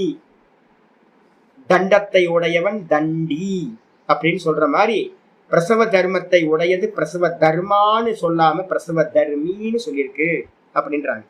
அதுக்கப்புறம் பிரதானம், மூல பிரகிருதி எப்படிப்பட்டது சுவாமி? இது வரைக்கும் நீங்க காரியத்தை சொல்லிட்டீங்க. 16 தத்துவங்களையும் கூட மகத்து முதலிய 7 தத்துவத்தையும் சேர்த்து 24 தத்துவத்தை பாத்தீங்க அப்படின்னா சொல்லிட்டீங்க. 7 தத்துவம் 16 23 23 தத்துவத்தை சொன்னீங்க. இதுக்கு காரணமா இருக்கிற மூல பிரகிருதி எப்படி சுவாமி அப்படின்னா, மூல பிரகிருதின்னு சொல்லக்கூடிய பிரதானம் ததா பவதி. தத்தானா அந்த காரிய மாதிரியே தான். காரிய மாதிரியே வா அப்படின்னு கேட்டீங்கன்னா ஆமா. ஏன்னு கேட்டீங்கன்னா காரியத்தில் இருக்கிறதெல்லாம் காரணத்துல இருக்குமா? அப்ப பாத்தீங்கன்னா மூல பிரகிருதியை சொல்ல வந்தீங்கன்னா என்ன சொல்லலாம் அப்படின்னு கேட்டீங்கன்னா, மூல பிரகிருதியும் திரிகுணம். ஒவ்வொன்றா போட்டுங்க, ஒர்க் அவுட் பண்ணணும். ரெண்டு ஸ்லோகத்துக்கு நீங்க ஒர்க் அவுட் பண்ணணும். என்னன்னு கேட்டா 10வது ஸ்லோகத்துக்கு நெகட்டிவா பக்கத்துல எழுதிட்டே வந்துருங்க. அதே மாதிரி இந்த 11வது ஸ்லோகத்துக்கும் பாத்தீங்கன்னா வியக்தத்தை பத்தி லட்சணங்கள் இவ்வளவு சொல்லிச்சு. பக்கத்துல அவ்வியக்தம்னு போட்டுக்கிட்டு என்ன பண்ணணும், நெகட்டிவ் அதே குவாலிட்டி எழுதிட்டு வரணும். அவ்வியக்தம் என்னது சுவாமி அப்படின்னா, அவ்வியக்தமும் திரிகுணம், அவ்வியக்தமும் அவிவேகி, அவ்வியக்தமும் விஷயம், அவ்வியக்தமும் சாமான்யம், அவ்வியக்தமும் அச்சேதனம், அவ்வியக்தமும் பாத்தீங்கன்னா பிரசவ தர்மி. பிரசவ தர்மியில மட்டும் என்ன டிஃபரெண்ட் பண்ணணும்னா, பிரசவிக்கிறது அவ்வியக்தம், பிரசவம் ஆகிறது வியக்தம். இவ்வளவுதான் விஷயம். ஆனா பாத்தீங்க அப்படின்னா இதுல இந்த ரெண்டுத்துக்கும் வியக்தத்துக்கும் அவ்வியக்தத்துக்கும் என்னன்னா சிமிலாரிட்டிஸும் இருக்கும். அதே நேரத்துல பாத்தீங்கன்னா கொஞ்சம் 1-2 பாத்தீங்கன்னா டிஃபரன்ஸும் இருக்கும். அதனால்தான் ததா அப்படின்னு போட்டிருக்கு. வியக்தம் போலவே அவ்வியக்தமும் கூட இருக்கும். இதுக்கு அடுத்தது பாத்தீங்கன்னா ஆச்சாரி சொல்றாரு புமான். புமான்னா 3வது இது வியக்தம் அவ்வியக்தம், அதுக்கப்புறம் என்னது புருஷன். இந்த புமான் சொல்லக்கூடிய புருஷன் ஆத்மா எப்படி இருக்கான் சுவாமி அப்படின்னா, ததாச்ச தது விபரீத. ததாச்ச அப்படின்றதுக்கு அர்த்தம் மேல சொன்ன குவாலிட்டிஸ் எல்லாம் இருக்கும், அதே நேரத்துல தது விபரீதகச்ச அதுக்கு விபரீதமாகவும் இருப்பான். நல்ல இந்த வியக்தம் அவ்வியக்தத்துல இருக்கிற குவாலிட்டிஸ் எல்லாம் கொஞ்சம் இருக்கும், அதே நேரத்துல சிலது பாத்தீங்கன்னா சிலது சிமிலாரிட்டி இருக்கும், அதே நேரத்துல நிறைய சிமிலாரிட்டி இருக்காது, அதற்கு விபரீதமாகவும் இருப்பான் அப்படின்னு பாத்தீங்கன்னா இந்த ஸ்லோகம் முடியும். எப்படி அப்படின்றத நம்ம நாளைக்கு காலையில பார்க்கலாம். ஓம் பூர்ணமத பூர்ணமிதம் பூர்ணாத் பூர்ணமுதச்யதே பூர்ணஸ்ய பூர்ணமாதாய பூர்ணமேவாவசிஷ்யதே. ஓம் சாந்தி சாந்தி சாந்தி. ஹரிஹி ஓம் ஸ்ரீ குருபியோ நமஹ. ஹரிஹி ஓம். பிரசாத்ஜி ஏதாவது டிஃபரன்ஸ் இருக்கா சொல்றதுல? இருந்தா நோட் பண்ணிக்கிட்டே வாங்க, அப்படியே நோட் பண்ணிக்கிட்டே வாங்க. எக்ஸாம்பிள்ஸ் நீங்க வேணா நோட் பண்ணி வச்சீங்கன்னா ஏதாவது உபயோகப்படும். அவ்வளவுதான். இவர் நாதபிரம்ம சொன்னாரு ஒரு அருமையானது. அன்னைக்கு நான் சொன்னது பாதியில விட்டுட்டேன். பைபிள்ல வந்து ஜீசஸ் சொல்றாராம், ஏன் நிறைய எக்ஸாம்பிளா சொல்றீங்க அப்படின்னு அவங்க சிஷ்யர்கள் கேட்டாங்க. அவர் சொன்னதுக்கு வந்து பாத்தீங்கன்னா, அவர் பைபிள்ல அவர் சொல்றாராம், ஜீசஸ் சொல்றாராம், இந்த நிறைய எக்ஸாம்பிள் சொல்லும் போது புத்தி உள்ளவங்களுக்கு வந்து பாத்தீங்கன்னா கொஞ்சம் புரிஞ்சவங்களுக்கு அதிகமா புரியும், கொஞ்சம் புரிஞ்சவங்களுக்கு அதிகமா புரியும். சொல்ல சொல்ல எக்ஸாம்பிள் சொல்ல சொல்ல இன்னும் அதிகமா அந்த ஞானம் நல்லா ஆகும். ஒண்ணுமே புரியாதவங்களுக்கு அதிகமா புரியாம போயிடும். ஒண்ணுமே புரியாதவங்களுக்கு அதிகமா புரியாம போயிடும். கொஞ்சம் புரிஞ்சவங்களுக்கு இன்னும் அதிகமா புரிய ஆரம்பிச்சிடும். அதுக்காக வந்து பாத்தீங்கன்னா எக்ஸாம்பிள் நிறைய சொல்றேன் அப்படின்னு பைபிள்ல சொல்லுவாராம். அதனால வந்து பாத்தீங்கன்னா எக்ஸாம்பிள் விதவிதமா சொன்னாலும் உங்களுக்கு வந்து கிளாரிட்டி வரும். அதுக்காக பார்க்கலாம், நாளைக்கு பார்க்கலாம்.